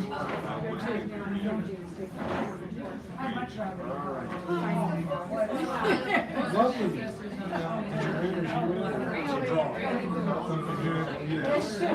Better than one of the other. Maybe that draw is probably good.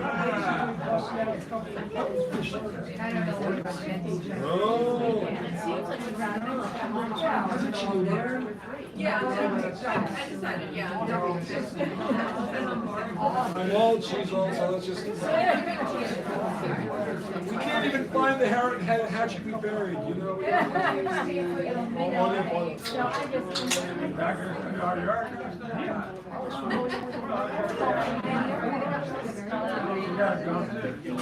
She writes much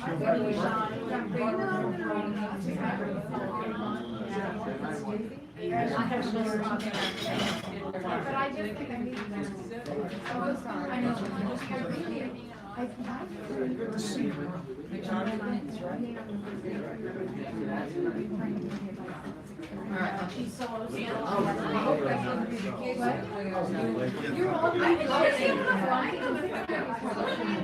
Yes, because the thing is, like, I try to. Well, David and I were going to try to do usually.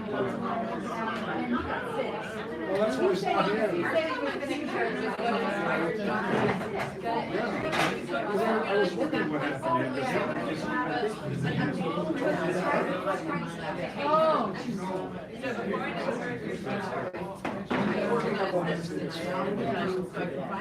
So anyway, and then as I did new ones, I just kept putting them in here. Thank God. And if I ever get tried back, I'm not the kind of person who wants. So it's like this mysterious grace. Hey Greg, how are you? Yeah, I was going to take care of you when you come back on. I forgot to do it in the first half. She mentioned it.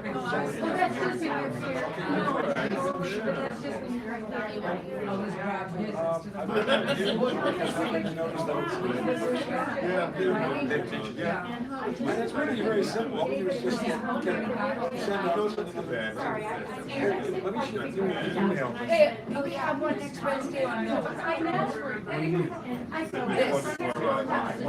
Right before Thanksgiving.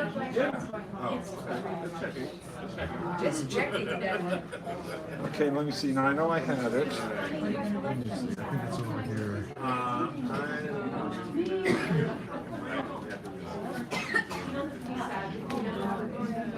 Yeah, I guess. Oh God. You know, things are okay except there's a circumstance of where several people that are really important are in disharmony, and I'm in the middle of everything. And you know, what person A is not really talking to person B, and there's something else and something else. Weirdness. Oh, great. So, Here, Greg. it's just crazy. It's uncomfortable. I'm just trying to come to the. Oh, you're getting. I thought you were on there. Well, this is for. Yes, that was such Oh, all right. for the journal. Oh, for the journal. No, that's all right. Ladies and gentlemen, we're going to start in about a couple of minutes. Just so you know, we got a nice second half. We're going to zoom. Is that fine? I have, I work on Friday. I recently started. Greg, this is Oh, there's one name on there that I should point out that had a slight. Marvin Heimstra's. It doesn't look like he has an M in his thing. Where's Marvin? Yeah. I think if you look at it, that's supposed to be an M. N or M? M. Yeah, I got it. Okay, all right. I just, you know, I noticed that was it, and it was like. But it's I'm sorry, that's G Pond. Together.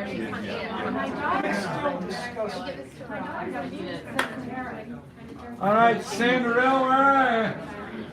Sanderell. Sanderell. I'm gonna make the announcement and go home because I'm hungry.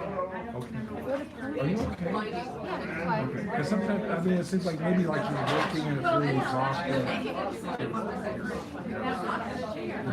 You mean because I come here hungry now? Well, yeah, it's like, I wonder, like, you know, it's like, oh, you're not having an easy time, is what I'm saying. Yeah, I'm working 7 days a And week. going to school. And going to school. It's been like that And since. both jobs are pretty demanding. So you have a candle and it has two ends. and- Yeah, and the candle has fizzled out. Thanks, Josh. The candle has burned out. So I sent an email to you with pages that are formatted to the size that we would be using like that. So you can see what a page looks like, and I counted the number of lines and how long they are, so you can kind of see. You said when you haven't sent you were there. Okay, so maybe if you want, we can follow it up with that saying this is how many lines and how like that, just so they know, because even if they write something in big text, if you change it to that font and size, it'll fit. Ah, okay. Yeah, so that's All right, I'll make the things. yeah, because I got the one you sent out, but am I supposed to be able to log into this email thing? Yeah, it works. I Like you tried gave to it a test and I responded, I said yes. I'm just making a quick announcement. Yeah. Oh, all right. Ladies and gentlemen, if I can have your kind attention, please. Wait a minute, where'd my harmonica go? No. I'm not sure. Okay. But thanks. Yeah. I just hope she liked it. Hello? Let me. Ladies and gentlemen, I See that work? She's going to make a very quick announcement about the upcoming collection of poetry we are putting out. If you want to know more about it, there's an email list that she has or will have her set up. But she was talking about it at this very moment. Give it your Okay, kind hi attention. folks. So some of you signed up on the list last week, and if you weren't here last week, you can still sign up to have your poetry in a little journal that's for us and for others if you care to share. We have a list here. Put your name and your email here, and I'll email you the submission details. We already have a few on here. I do have to ask Britt Peterson. Britt Peterson. Okay, I have to ask you about your email later. So yeah, so please feel free to sign up, and I'll send you details. Thanks. I'm making a new list in case that one is.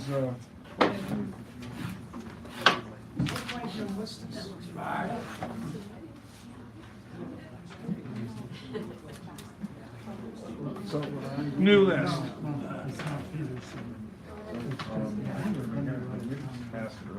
And now give it a round of applause for our new kicker offer of the second half. Last word, Mr. Richard Sandro. And we got Tom, Becky, Lori, Buford, Nikki, and Jeannie. I thought Jeannie left, but maybe she's coming back. All right. Well, I'm looking for the day that maybe somebody in the halls of power, when our resident rump shows up, that somebody else. Hail Nero Caligula, the murderer of USA.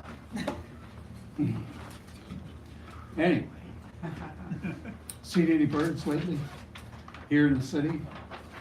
In the city? Seen any birds? I saw bluebirds. When? Yesterday in my garden. But in the last few days, how many have you seen? Many? Well, actually, several. I planted Several. seeds in my gardens, and So they've been that's- coming in and eating them. Well, my question is in general. Yes, in general, less. I haven't seen many in my neighborhood because they've all been roosting. They think it's night. Can't say Well, yeah. All right, shut up. Read your stuff. All right, it's Veterans Time, and I've managed to escape it, but not tonight. But this is an older piece, because I haven't written anything new for it, because, well, maybe next year. It's called American Killer, same as the old killer. American Killer comes to where I work, and yes, he does look like he awoke before dawn. He has a military walk with his own style of swagger, someone arrogant enough to think that he is the cosmos' gift to humanity, the savior incarnate. For me, he looks ill with a tinge of gray with his white skin. He approaches me, he thinks he's found a friend, but I am skeptical. Do you want to see a picture, he asks with glee and a crooked smile. I'm not sure what to expect, but I'm sure it will be with regret. Reaching into his back pocket, whips out his wallet with a picture holder, flips it open right to the picture. What I see creates such revulsion in me. There is no tree high enough to climb or deep cave to hide. Only this picture staring at me. There are explosions going off all over my body. Anger rises as the roller coaster reaches its peak before crashing down with speed and force. Indignation beyond my control. What is shown to me is of this American killer, standing with his helmet tilted, gun across his right shoulder, left foot on the backside of a dead Vietnamese man, left hand going to the back of the skull with fingers coming out the eye sockets where eyes had once been. All hail our Savior, all hail the American killer, all hail the defender of empires and all that he and it does. I'm maddened, I'm at the edge of throwing lightning bolts. I want to believe I can breathe fire, so he in this ugly image becomes toast to ashes. But I cannot breathe fire, throw lightning bolts. This is the face of those soldiers killing unarmed men, women, children at Wounded Knee. This is the face where soldiers at My Lai. Look in the mirror and you may see that same face.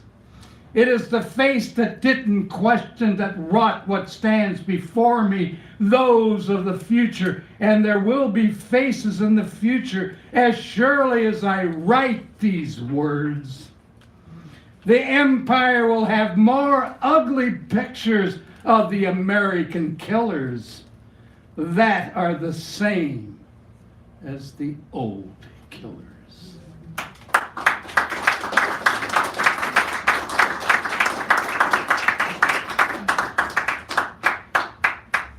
A UN report. San Francisco, the city that knows how. The question is, how to do what? The great liberal city seems anything but, if it once was, is no longer. New UN report calls conditions for homeless in the Bay Area cruel, inhumane, a violation of human rights, are denied access to water, sanitation, health services, and other basic necessities. Homeless encampments are teeming with trash, feces, discarded needles, where rats dig through mud and families camped outside in the cold. These conditions in San Francisco mirror cities like Mumbai and Delhi, known for some of the poorest, dirtiest neighborhoods in the world. Oakland compared to Mexico City, where there is no running water and forced to steal electricity. Story on NBC Bay Area investigation found downtown streets of San Francisco dirtier than the slums of Brazil, Kenya, and India. Yeah, San Francisco is the city that knows how. Peace, love, understanding, you bet. Can't you feel it all over the city of love? Thank you. Now we have Constantin, a poet of note, fame, and recognition. Give him a nice round as he comes up here. Constantin, then Becky, Laura, Beatrice, Becky.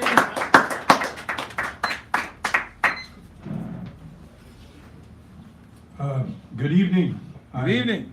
Here for Georgette Howington. Thank you. Told you she'd draw him in. I'm afraid I left town so quickly that I forgot my poems, and I'm a person that needs them. So I would like to dedicate a very short medley to three very important people who have influenced everything I do and have done for the last year and a half. And two of the three are sitting right here tonight. So that'd be Becky White, Georgette Howington, and the third person is Johanna Ely, who is currently in a place that I'm going to try to describe. Sharon, Charles, Sharon. In conversation across the street, before we came over here, I said, how do you feel about what you're going to do tonight? And she said, I feel like a circle of poets, and I was in the circle. And after a few short moments, I began to realize that they were all published, and I was not. Then we came across the street, Sharon, Charon, and the place I was supposed to be today was with that third person watching the cranes in Lodi, the mermation of very large birds. And when they all come together and they all fly at once, it belies my place and where I come from, across the bay, across the river. My poetry comes from the Delta. And I apologize. So what'd he say? I was going to write a poem tonight for all of you. I was going to write a poem tonight. I was going to write a poem. I was going to write a poem. I was going to write a poem Hey, what'd he say? Hey, oh, hey, oh, hey, oh. What'd he say? What'd he say? What'd he say? What'd he say? What'd he say? What'd he say? I was going to write a poem. I was gonna write a poem. And then I saw the boatman in my dream this morning before I came here. I saw the boatman. I saw the boatman. And I was going to write a poem. Hey, what'd he say? Yeah. Hey, what'd he say? Yeah. Hey, what'd he say? Yeah. What'd he say? He said, that poem done me. That poem done me. That poem done me good. It done me well. It done me. It done me good. The boatman, I can't get that out of my head, the boatman, and he had a cane. He had a cane hooked at one end. Upside down, it was a hook, and he dragged me into that boat. Shum, shum, chum.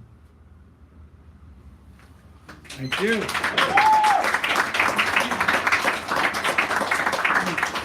Becky, and she is new here, ladies and gentlemen.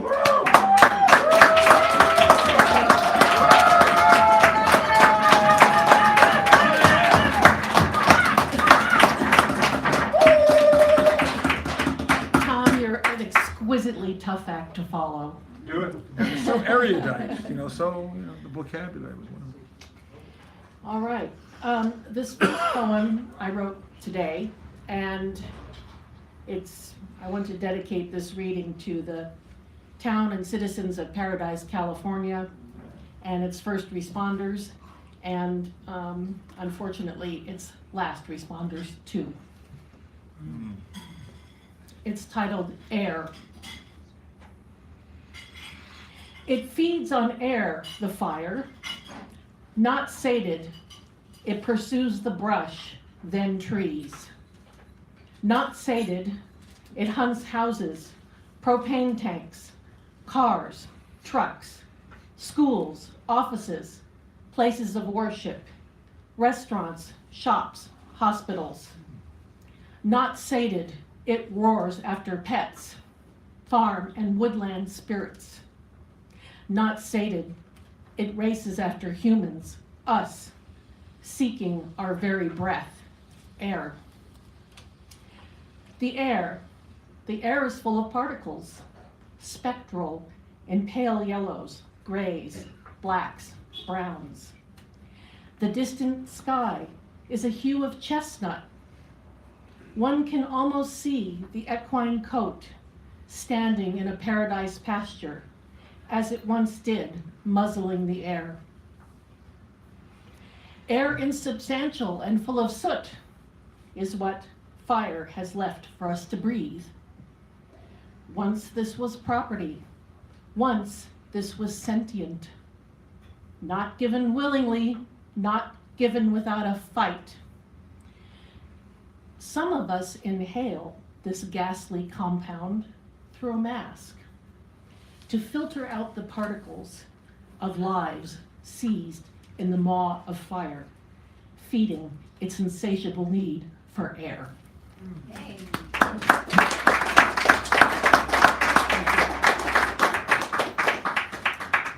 This is a poem I wrote this summer. It's called Tender Shepherd. Children of tender ages ought not to be put in cages. Their crime is parents who care, who left former lives of danger and despair. Miles and miles and miles they roamed, seeking the USA, hoping to be rehomed. And what a welcome we gave. We tore away the kids the parents meant to save. Trials for toddlers follow, a mockery of our justice system, twisted and contrary.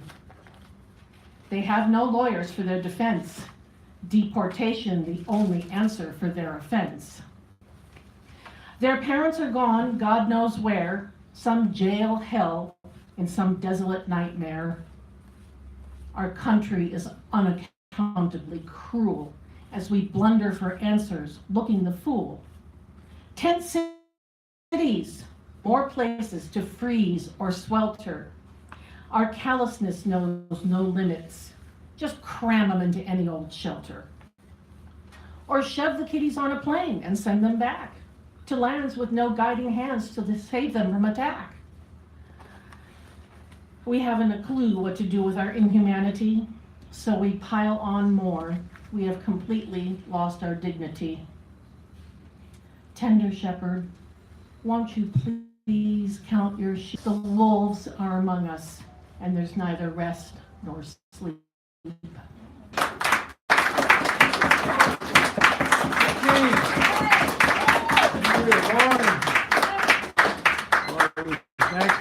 This is also her first time here, ladies and gentlemen. Come on, let's take her up.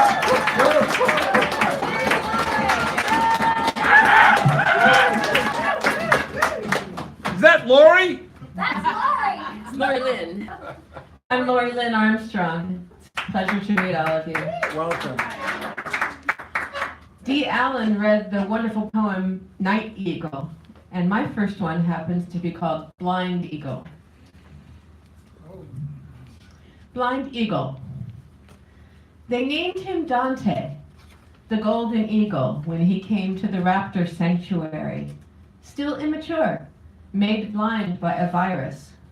They gave him a wire-enclosed home, let people watch him sitting on the floor, sitting like a hen and not a bird of prey. They named him Dante. It is not clear whether some volunteer was on a classics kick, or if they meant to call a blind, caged thing by the name of a famous journeyer. They cared for Dante. Once a day they threw a dead, thawed mouse into his cage. He dug at it with his hooked predator beak, made to tear resisting flesh. He dug at the limp and lukewarm toy. Did he remember this is not how it should be? We saw Dante. Did Dante see, somewhere behind milky eyes, the sky he knew so briefly? Did he see blue, cloud, rippled land, a darting flash of his next target? We saw Dante. Did Dante see something behind a filmy veil? An imagined world deep and rich, beyond what would have been. A complex mindscape born of necessity. Was he a traveler after all? Did he go within to some unknown? We pitied Dante. Did Dante agree? Did he even know what he had lost? Or was he only in the present now? Dead mice, natural. Concrete floor, natural. Fence, watching eyes, simply fact. We saw Dante, but we did not see. All that we wondered was nothing but our own fear and wishes. Before we drove away in poison boxes to paw at dead toys in our cages. Do we remember this is not how it should be?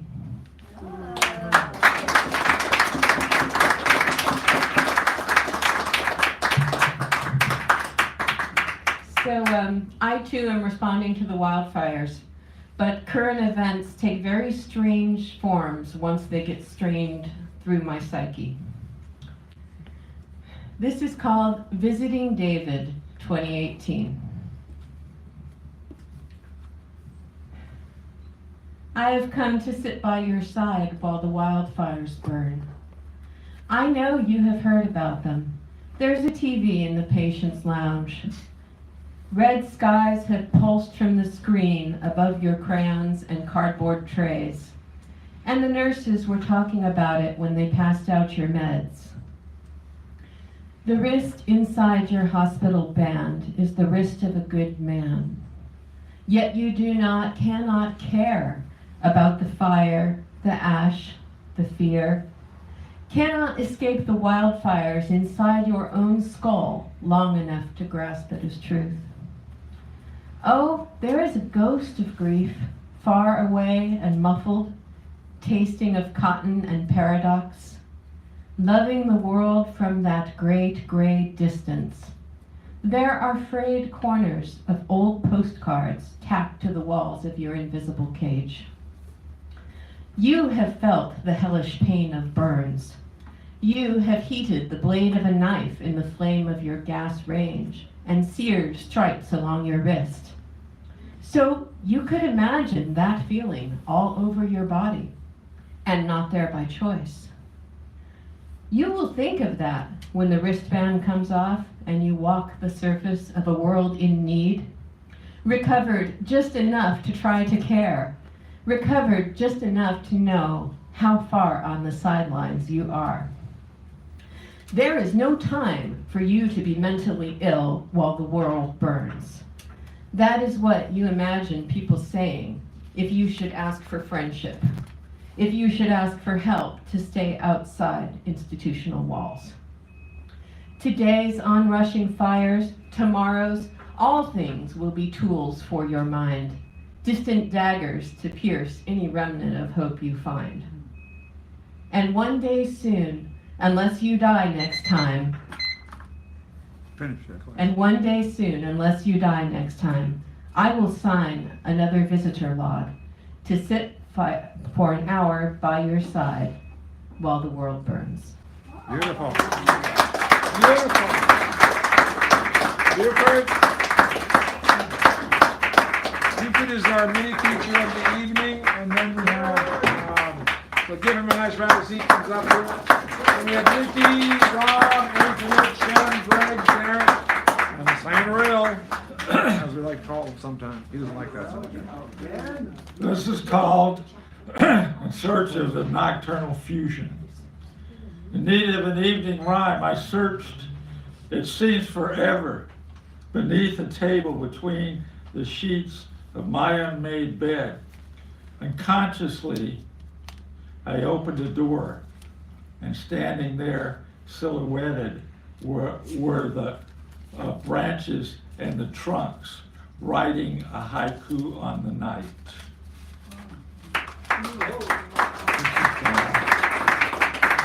This is called When I'm an Uppity Up. Oh, yeah. When I'm an uppity up, I'll invite all the people to come up to my steeple. I'll have them to dinner, to lunch, and to sup when I'm an uppity up. The ones who will be there, all popes and all kings, will not find themselves living life for the one. I'll have them to dinner, to lunch, and to sup when I'm an uppity up. If I must kiss asses, give me my lads and lasses, fine crystal and styrofoam cup when I'm an uppity up. All right.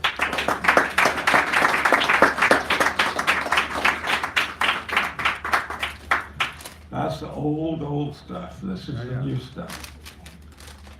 This is called baseball season. Coming 5 months from now, I'll be there almost every game. Baseball season is one of the things I live for.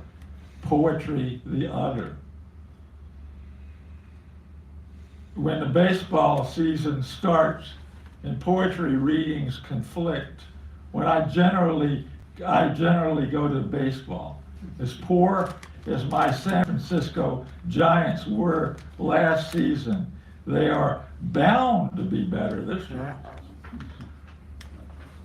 When I pitched, nowhere near the big leagues, but in the city recreation league when I was an 11 to 14-year-old or a 15 to 17-year-old in the Dixie Senior League and 18 years old in the advanced Babe Ruth, I was hit in the mouth by during batting practice. Just the last year, just the last moment of my trying to play baseball. This almost ended my hardball career, though I hung in till the end of the season. the Giants should be relying on wind-up pitcher Johnny Cueto, risky starter Jeff Samardzija, and my personal favorite and owner of a no-hitter, Chris Stratton, who spent some time in the minor leagues in between his no-hitter and last season. Pitching in the big leagues is apparently tough. Yeah. Okay, and here's my noodle poem. Use your noodle for something besides a hat rack. Inside your noodle are nodules of brain matter. Some people cook noodles well. Others maintain raw matter that breaks.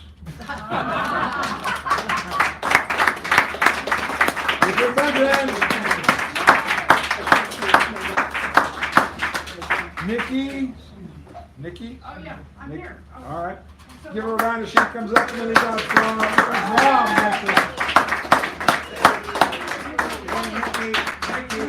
Yeah, yeah. Hey, Nikki. Oh my God, sweet. You know how much I love you, Richard. Richard is my heart. Right, Richard, I go right to your heart. And he's like, why do you love me? I'm like, because I just do. That's why. Hi, everybody. I'm so glad I came out tonight. I was on my bed, in my bed with my dog, Oliver, and we were watching SVU. And I was like, Nikki Addis, you really just need to get out of the house. Just get out of the house. And I was going to come here. And it was pretty much like all poets, right? I'm not much of a poet, although I do have a poem I'm going to share with you because you've all inspired me. I left my house specifically to be inspired. I said to myself, Nikki, get out of your house and go be in the world and feel inspired. Antoinette, thank you. By the way, I signed up because of you. So I will say this, because this will just open up the whole world. First of all, Georgette, are you kidding? You're freaking love. You're love, and I felt it immediately as soon as I met you. Okay, here it is. You ready? I was in high school.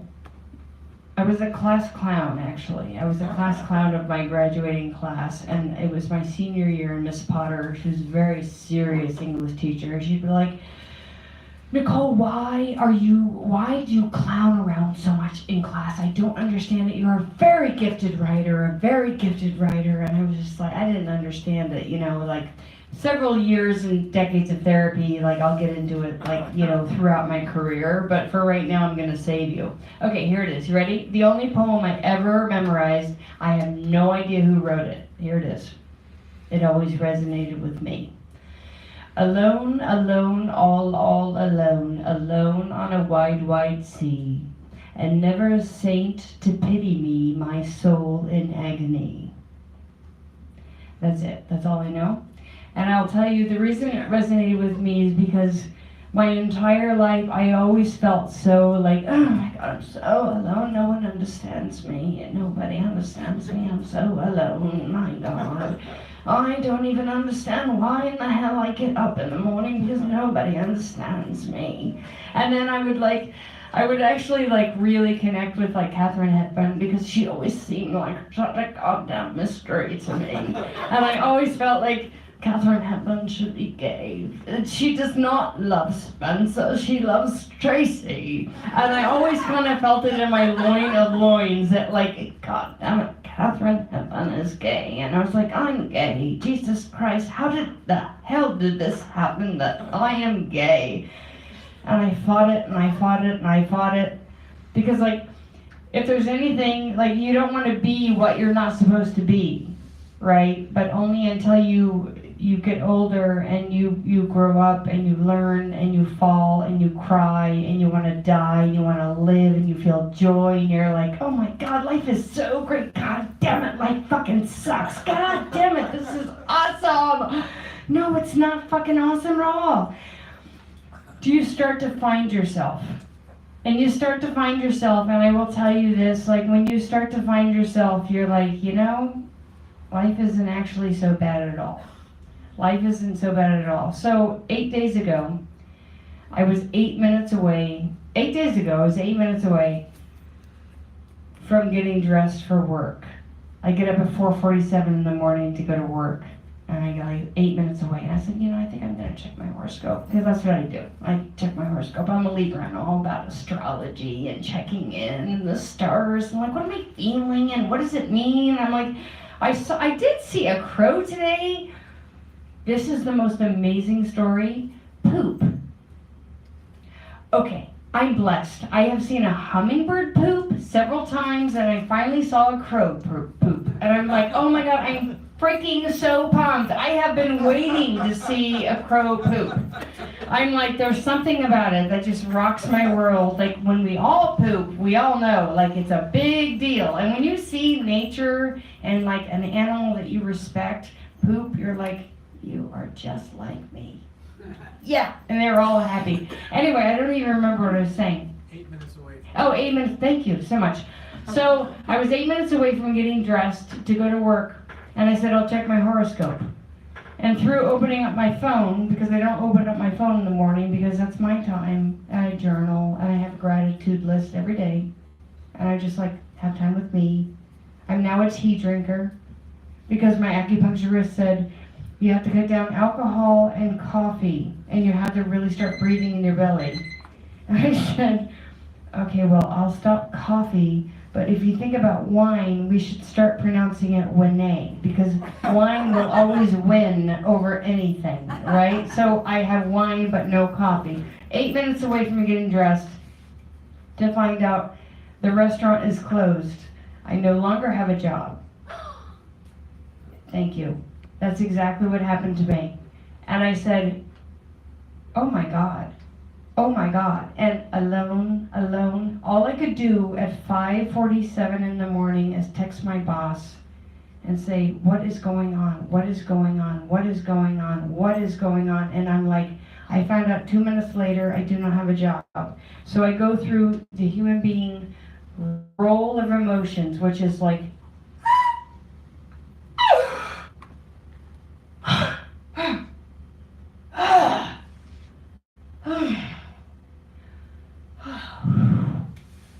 wow. Jesus. Wow. I get it. Thank you. I do get it. So, the reason I'm here tonight is because I do not have to get up at 4:47. And I wanted to come here because this is what makes me happy, is to connect with y'all, to connect with the human spirit.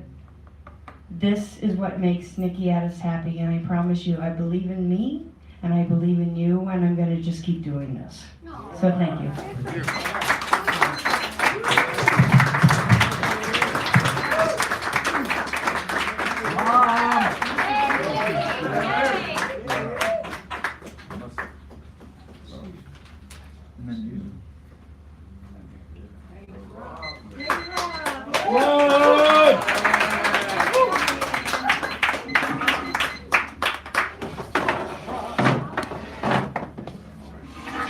Do not do this at home. He is a professional.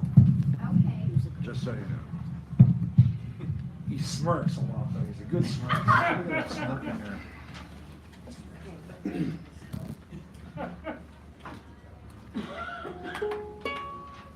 This is called Cover Girl. I was walking by a bar. She was on the curb alone. Her high heels were shattered, so was her smartphone. Her push-up bra was shredded, her makeup thrown away. I offered to call a ride. I said, are you okay? She didn't turn her head, just stared off into space. She told me to sit down and shut my fucking face. She said I've no more, wait. She said I've no more pride. Wait, sorry, I'm a little amnesia here. She said I've no more pride, nowhere left to hide. My dreams are done and gone, That circus moved right on. I'm not a cover girl. I tried to run that race. I'm not a cover girl. I wanna shoot her in the face. I got stretches, I got scars. Look here, a gray hair. Am I drooping? I can't tell. I don't fucking care. Don't ever tell a woman that she's the one forever. That's what we taught men to say. We thought we were so clever. Don't give me a pity, don't patronize me. I'm through with the games. It's time to fuck like a banshee. I'm not a cover girl. We let ourselves be erased. I'm not a cover girl. She's a fucking disgrace. Take me home, she said, and make me feel alive.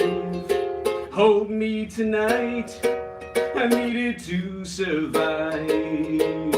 Take me home and love me, you're the last man I'll need. Tomorrow I'll go gay, tonight we plant a seed.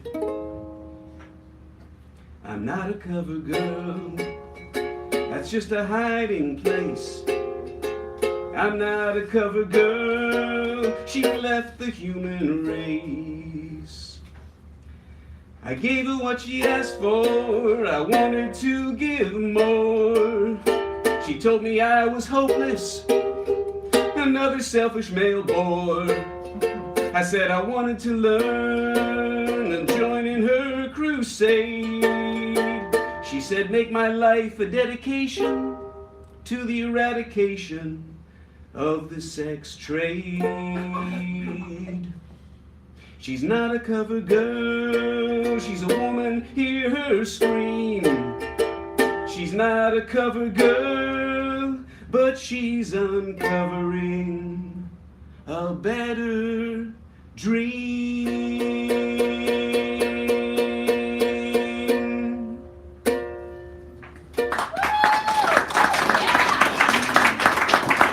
Rob.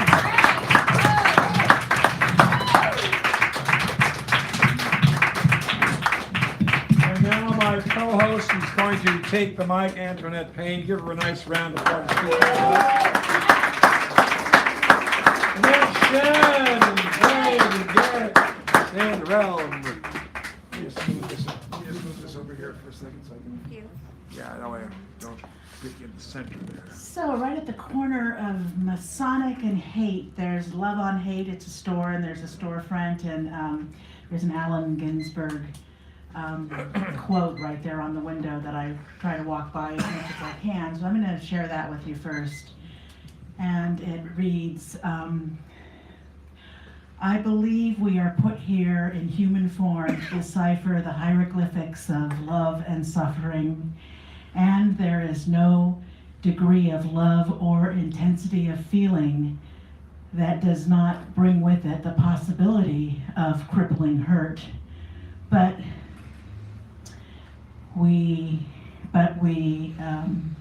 it is a duty to take that risk and love without reserve or defense. So, thank you.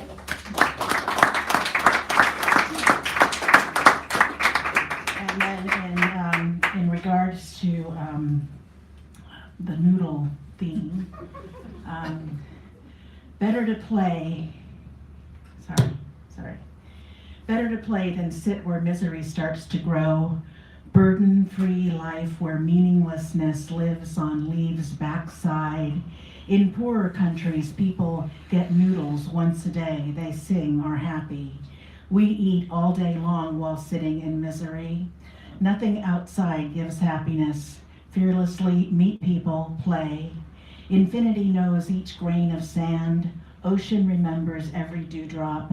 Within our heart, vastness is contained. We are existence, consciousness, bliss. And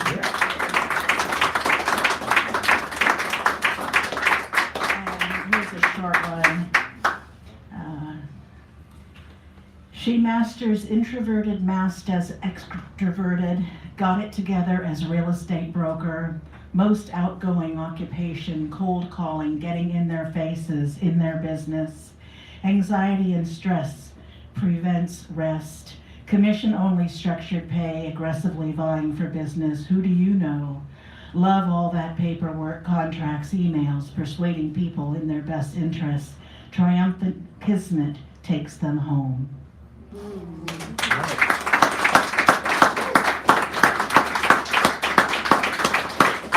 have Shem coming up here, but I forgot to ask you to put the Tony H., the poem you read, and the name of the poem on that so I can attribute it when I do the write-up. Oh, sure. And then she'll need to write up her quote person. So give him a round, please. I'm sorry, you're not here. Gonna take care of business. So I haven't been writing anything for the past month, and I was getting nervous. And then I had jury duty, and something came out. And I think it's not done yet, but I don't know what it means or anything, but here it goes. It's called, the working title is A State of Woe Is Me, or Noodling on the Funk. Middling mesomorphs metatest their metallurgic meddlers meandering amongst spare part mega monster bodega entrails, spiking digital micro nano stochastic spasms spandrels, reified virtuosic virtuality relic end of life service renderings, cyber dustbins chock full of Christmases pasts, hairpin harpoons rustily plied upon, piled up on salt crusty pent up coastal pontoon penmanship, inflatable state of mind over matter of fact delivery, quivering glossolalia, horizontal entelechy, sightline, a frontal, lobular downs, dawning dawns like watership syndrome comforters for fluffy bunnies. Audacious referendum, random set speechifiers, codified enchantment, neuromantically inclined signposter boredom, designer finders, fee payers, pliant, cyber splicer, genome hacker, wannabe, stumble, bumble, be-ins. Petulant, succulent, suck-up, succubus, desert veranda soliloquies, overreaching arrogance, parabolically ambulating indolent contingencies. Cinderella, Cinderella, where are you, Cinderella? This is Prince Charming, Cinderella. A free-floating state of woe is me, stolidly solipsistic in its resinous recidivist transinstances. Erstwhile refurbishment attempts deemed possibly rectifiable but no longer certifiably redeemable. That's from the trial. That's the line. Post-mortem Wittgensteinian latter-day gamesmanship, wordily waddling and waiting in the dark, trudging through paved-over creek-bed stream of consciousness, lurid tongue-wagging liquid lagoonary, lickety-split salt lake looky loo-likes and emojis, holographic, hallowed, halo, hollows, mahalo, hellos, unmoored from their signifiers, anchor free-for-all. Defrayed, defenestrated, discombobulated, discontinuously decentered, daring Daedalus distances done in, decomposed, dripping daemon dewdrops, dung beetle delightedly dangling participials, wispy tendrils, non-sequiturally florid, floundling, freight train of thought bubble up from rakish mucky muck, mud flatbush hovel haven, heaven sense, heaving, too many two-bit to Betsy's and itsy bitsy bite-sized pieces.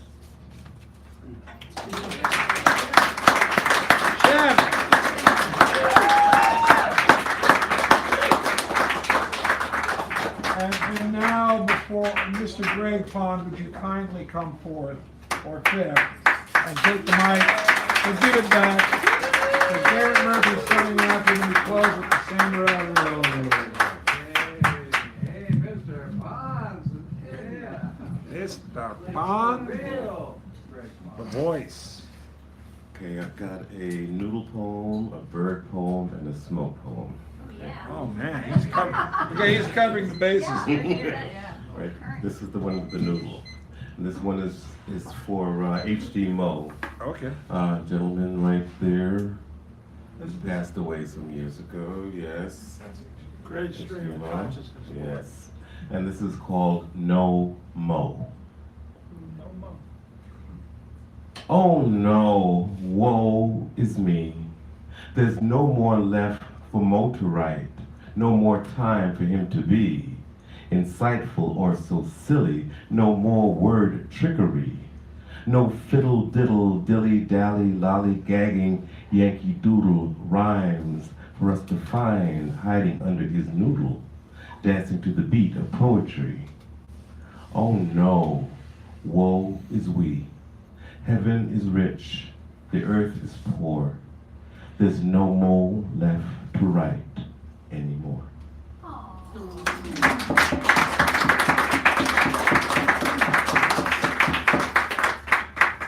And the bird poem's an old one, Night Flyers. A flock flying at night, a V shape reflecting the full moon's light, looking luminous, almost translucent, and gliding so bright.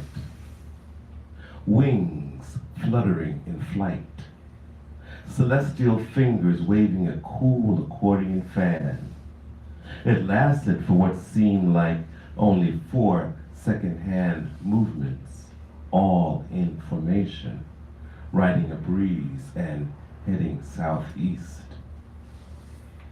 A flock floating from sight, a gray scarf, a silver kite, illuminated by the same light that enables me to see in my sleep, find a pen, and write this dream.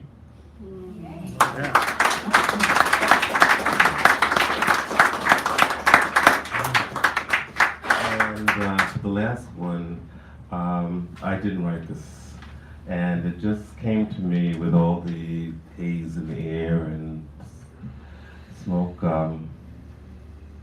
Song lyric. I'm not going to sing it. They asked me how I knew my true love was true. I, of course, replied, something here inside cannot be denied. They said someday you'll find all who love are blind. When your heart's on fire, you must realize smoke gets in your eyes. So I chaffed them and I gaily laughed to think they could doubt my love. And yet today, my love is flown away. I am without my love. Now laughing friends deride, tears I cannot hide. So I smile and say, when a lovely flame dies, smoke gets in your eyes. Smoke gets in your eyes. Thank you. All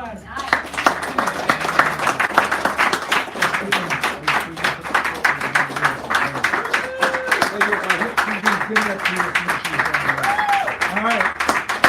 That's Greg. Sometimes I like calling him Greg the Voice Pond, but. And now Garrett Murphy, a stellar poet, famed for satire and many other things. Where's Garrett? Is Garrett back there? All right, there you go. Give him a round of applause. And then, Richard, you're coming back to close. You take care of these prizes, as we like to call them.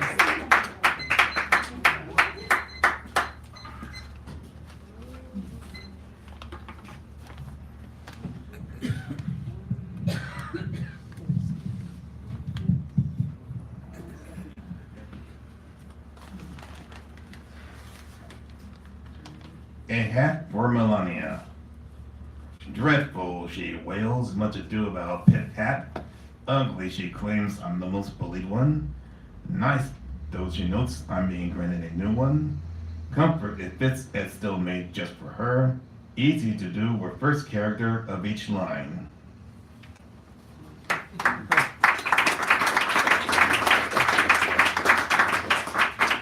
A sinking tower of rhymes with Crisco. Like present-day imitators of Yertle the Turtle, the city parents and developers did it this time. All they really had to do was to simply build a new transit center, but of course, who do we think we are? Anyone can build a simple transit center, but we're SNF, the city that really knows how. There's nothing, no nothing going higher than we. We'll build us a transit center, capped by a building that'll really help to build us up to the stars. So they build up and build up and build up some more, and behold, that tower was built, a marvel of the ages. But what's that odd sound, that sinking sound, not quite the burping sound of a Mac, but equally ominous? It gaps roars out, and it's plainly clear that that tower had begun to sink like poor Alice into the earth. Those developers might have dared to rise to the stars, but it appears they may really sink to the fallen stars. They really should have known than to build up on sand, something with the grow through hourglasses. So sorts of hubris of city leaders and builders. But you can never keep a big ego down for long. Hey, look on the bright side. At least we've done Italy a few better. They just have a leaning tower of Pisa, but we have, ladies and gentlemen, the sinking tower of, well, you know.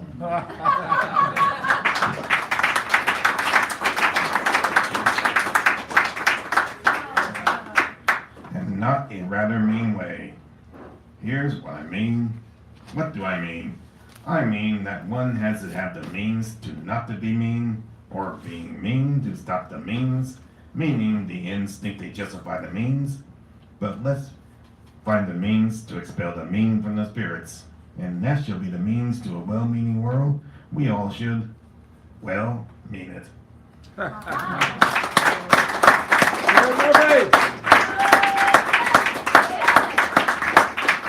And now the Richard Sanderell will close us out. He being the clincher, closer, super duper bulldozer. The last word is the person that begins the second show and also closes it out, just so you know how that works. Oh, God, I heard that. Did you heard that? I heard that too. Whoever it was, that was you. I love Frank.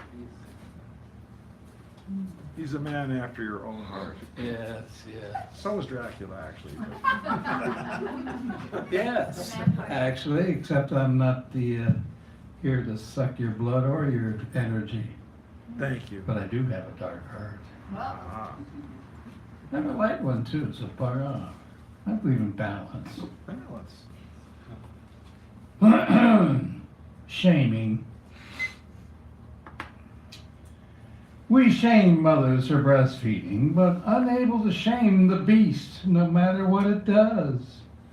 Leaders who are as dumb as the day is long in Alaska in summertime, or to put it another way, as dumb as the night is long in the wintertime, rule us, or so they believe. Beast voted for beast, other beasts gerrymandering everything, guaranteeing that there will be no democracy. The beast play to those who brought us to the beast, or is dumb all over with ugly meanness on the side, like the beast. This house is not going to stand divided. We better get away before the fall. A new civil war replacing the old one, where I would love to see it coming together, don't see it happening. Too diseased. Now, maybe too late. Take a look outside your window, see anything different? If there is ever was a norm, gone a long time ago. There will be no new norm. This word used to have a meaning, will be excised from the lexicon of words. Shame.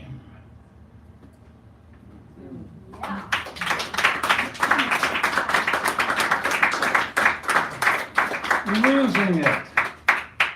Uso took another freedom, you will sit there, take it. Not a whimper heard except petitions from individual self-grandiose politicians to protest, as if they don't have enough huevos to stand up on their own, along with the usual whining on social media. Wait not too long, you'll find another right gone. Most don't mind when read the Bill of Rights, thinks it's commie propaganda. That's why after 9/11 no one howled at the Bill of Rights shredding, except Mexicanos who screamed the question, What the hell is the matter with you? We're dying to get these rights. You just gave them up willingly. Come on, come on, come on, come on. Give it up, give it up, give it up. Come on, come on, come on, come on, come on, give it up, give it up, give it up. USA, take another freedom right you never had the legality to take or to give. Just ask natives of Turtle Island about the Bill of Rights.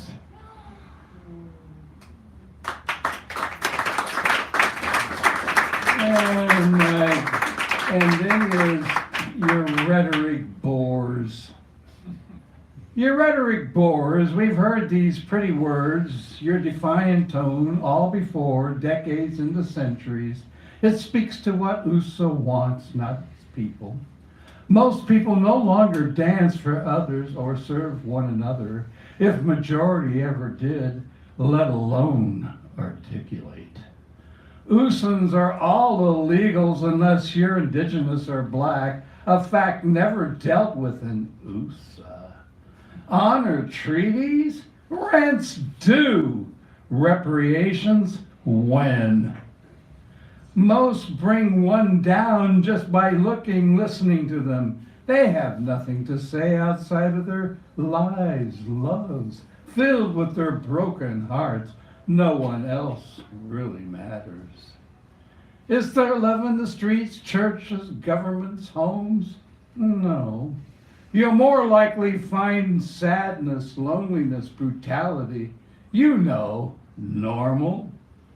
This may be what you deserve, you USA, with all your me.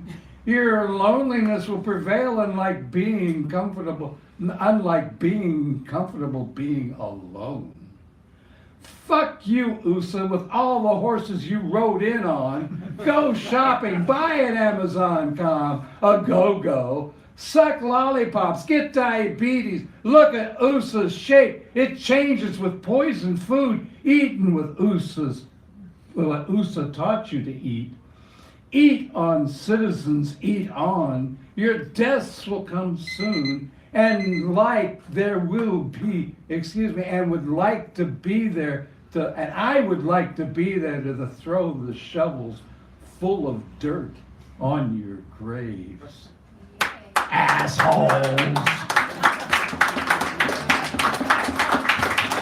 Thank you. Yeah, man.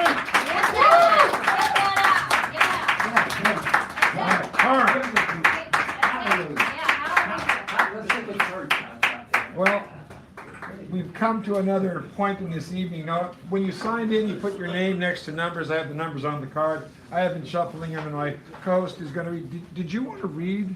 No. No, I mean the person. I'm just asking because you sat there, and I didn't know whether you. Yes. No, I didn't read. Okay, I mean, just wanted to ask because I didn't get a chance to, and okay. So let me go. She shuffled them. Oh, my goodness. So, great Dutch masters, not the cigars. Tatum O'Neill, Paper Light Life. Eric Fromm's Marx Concept of Man.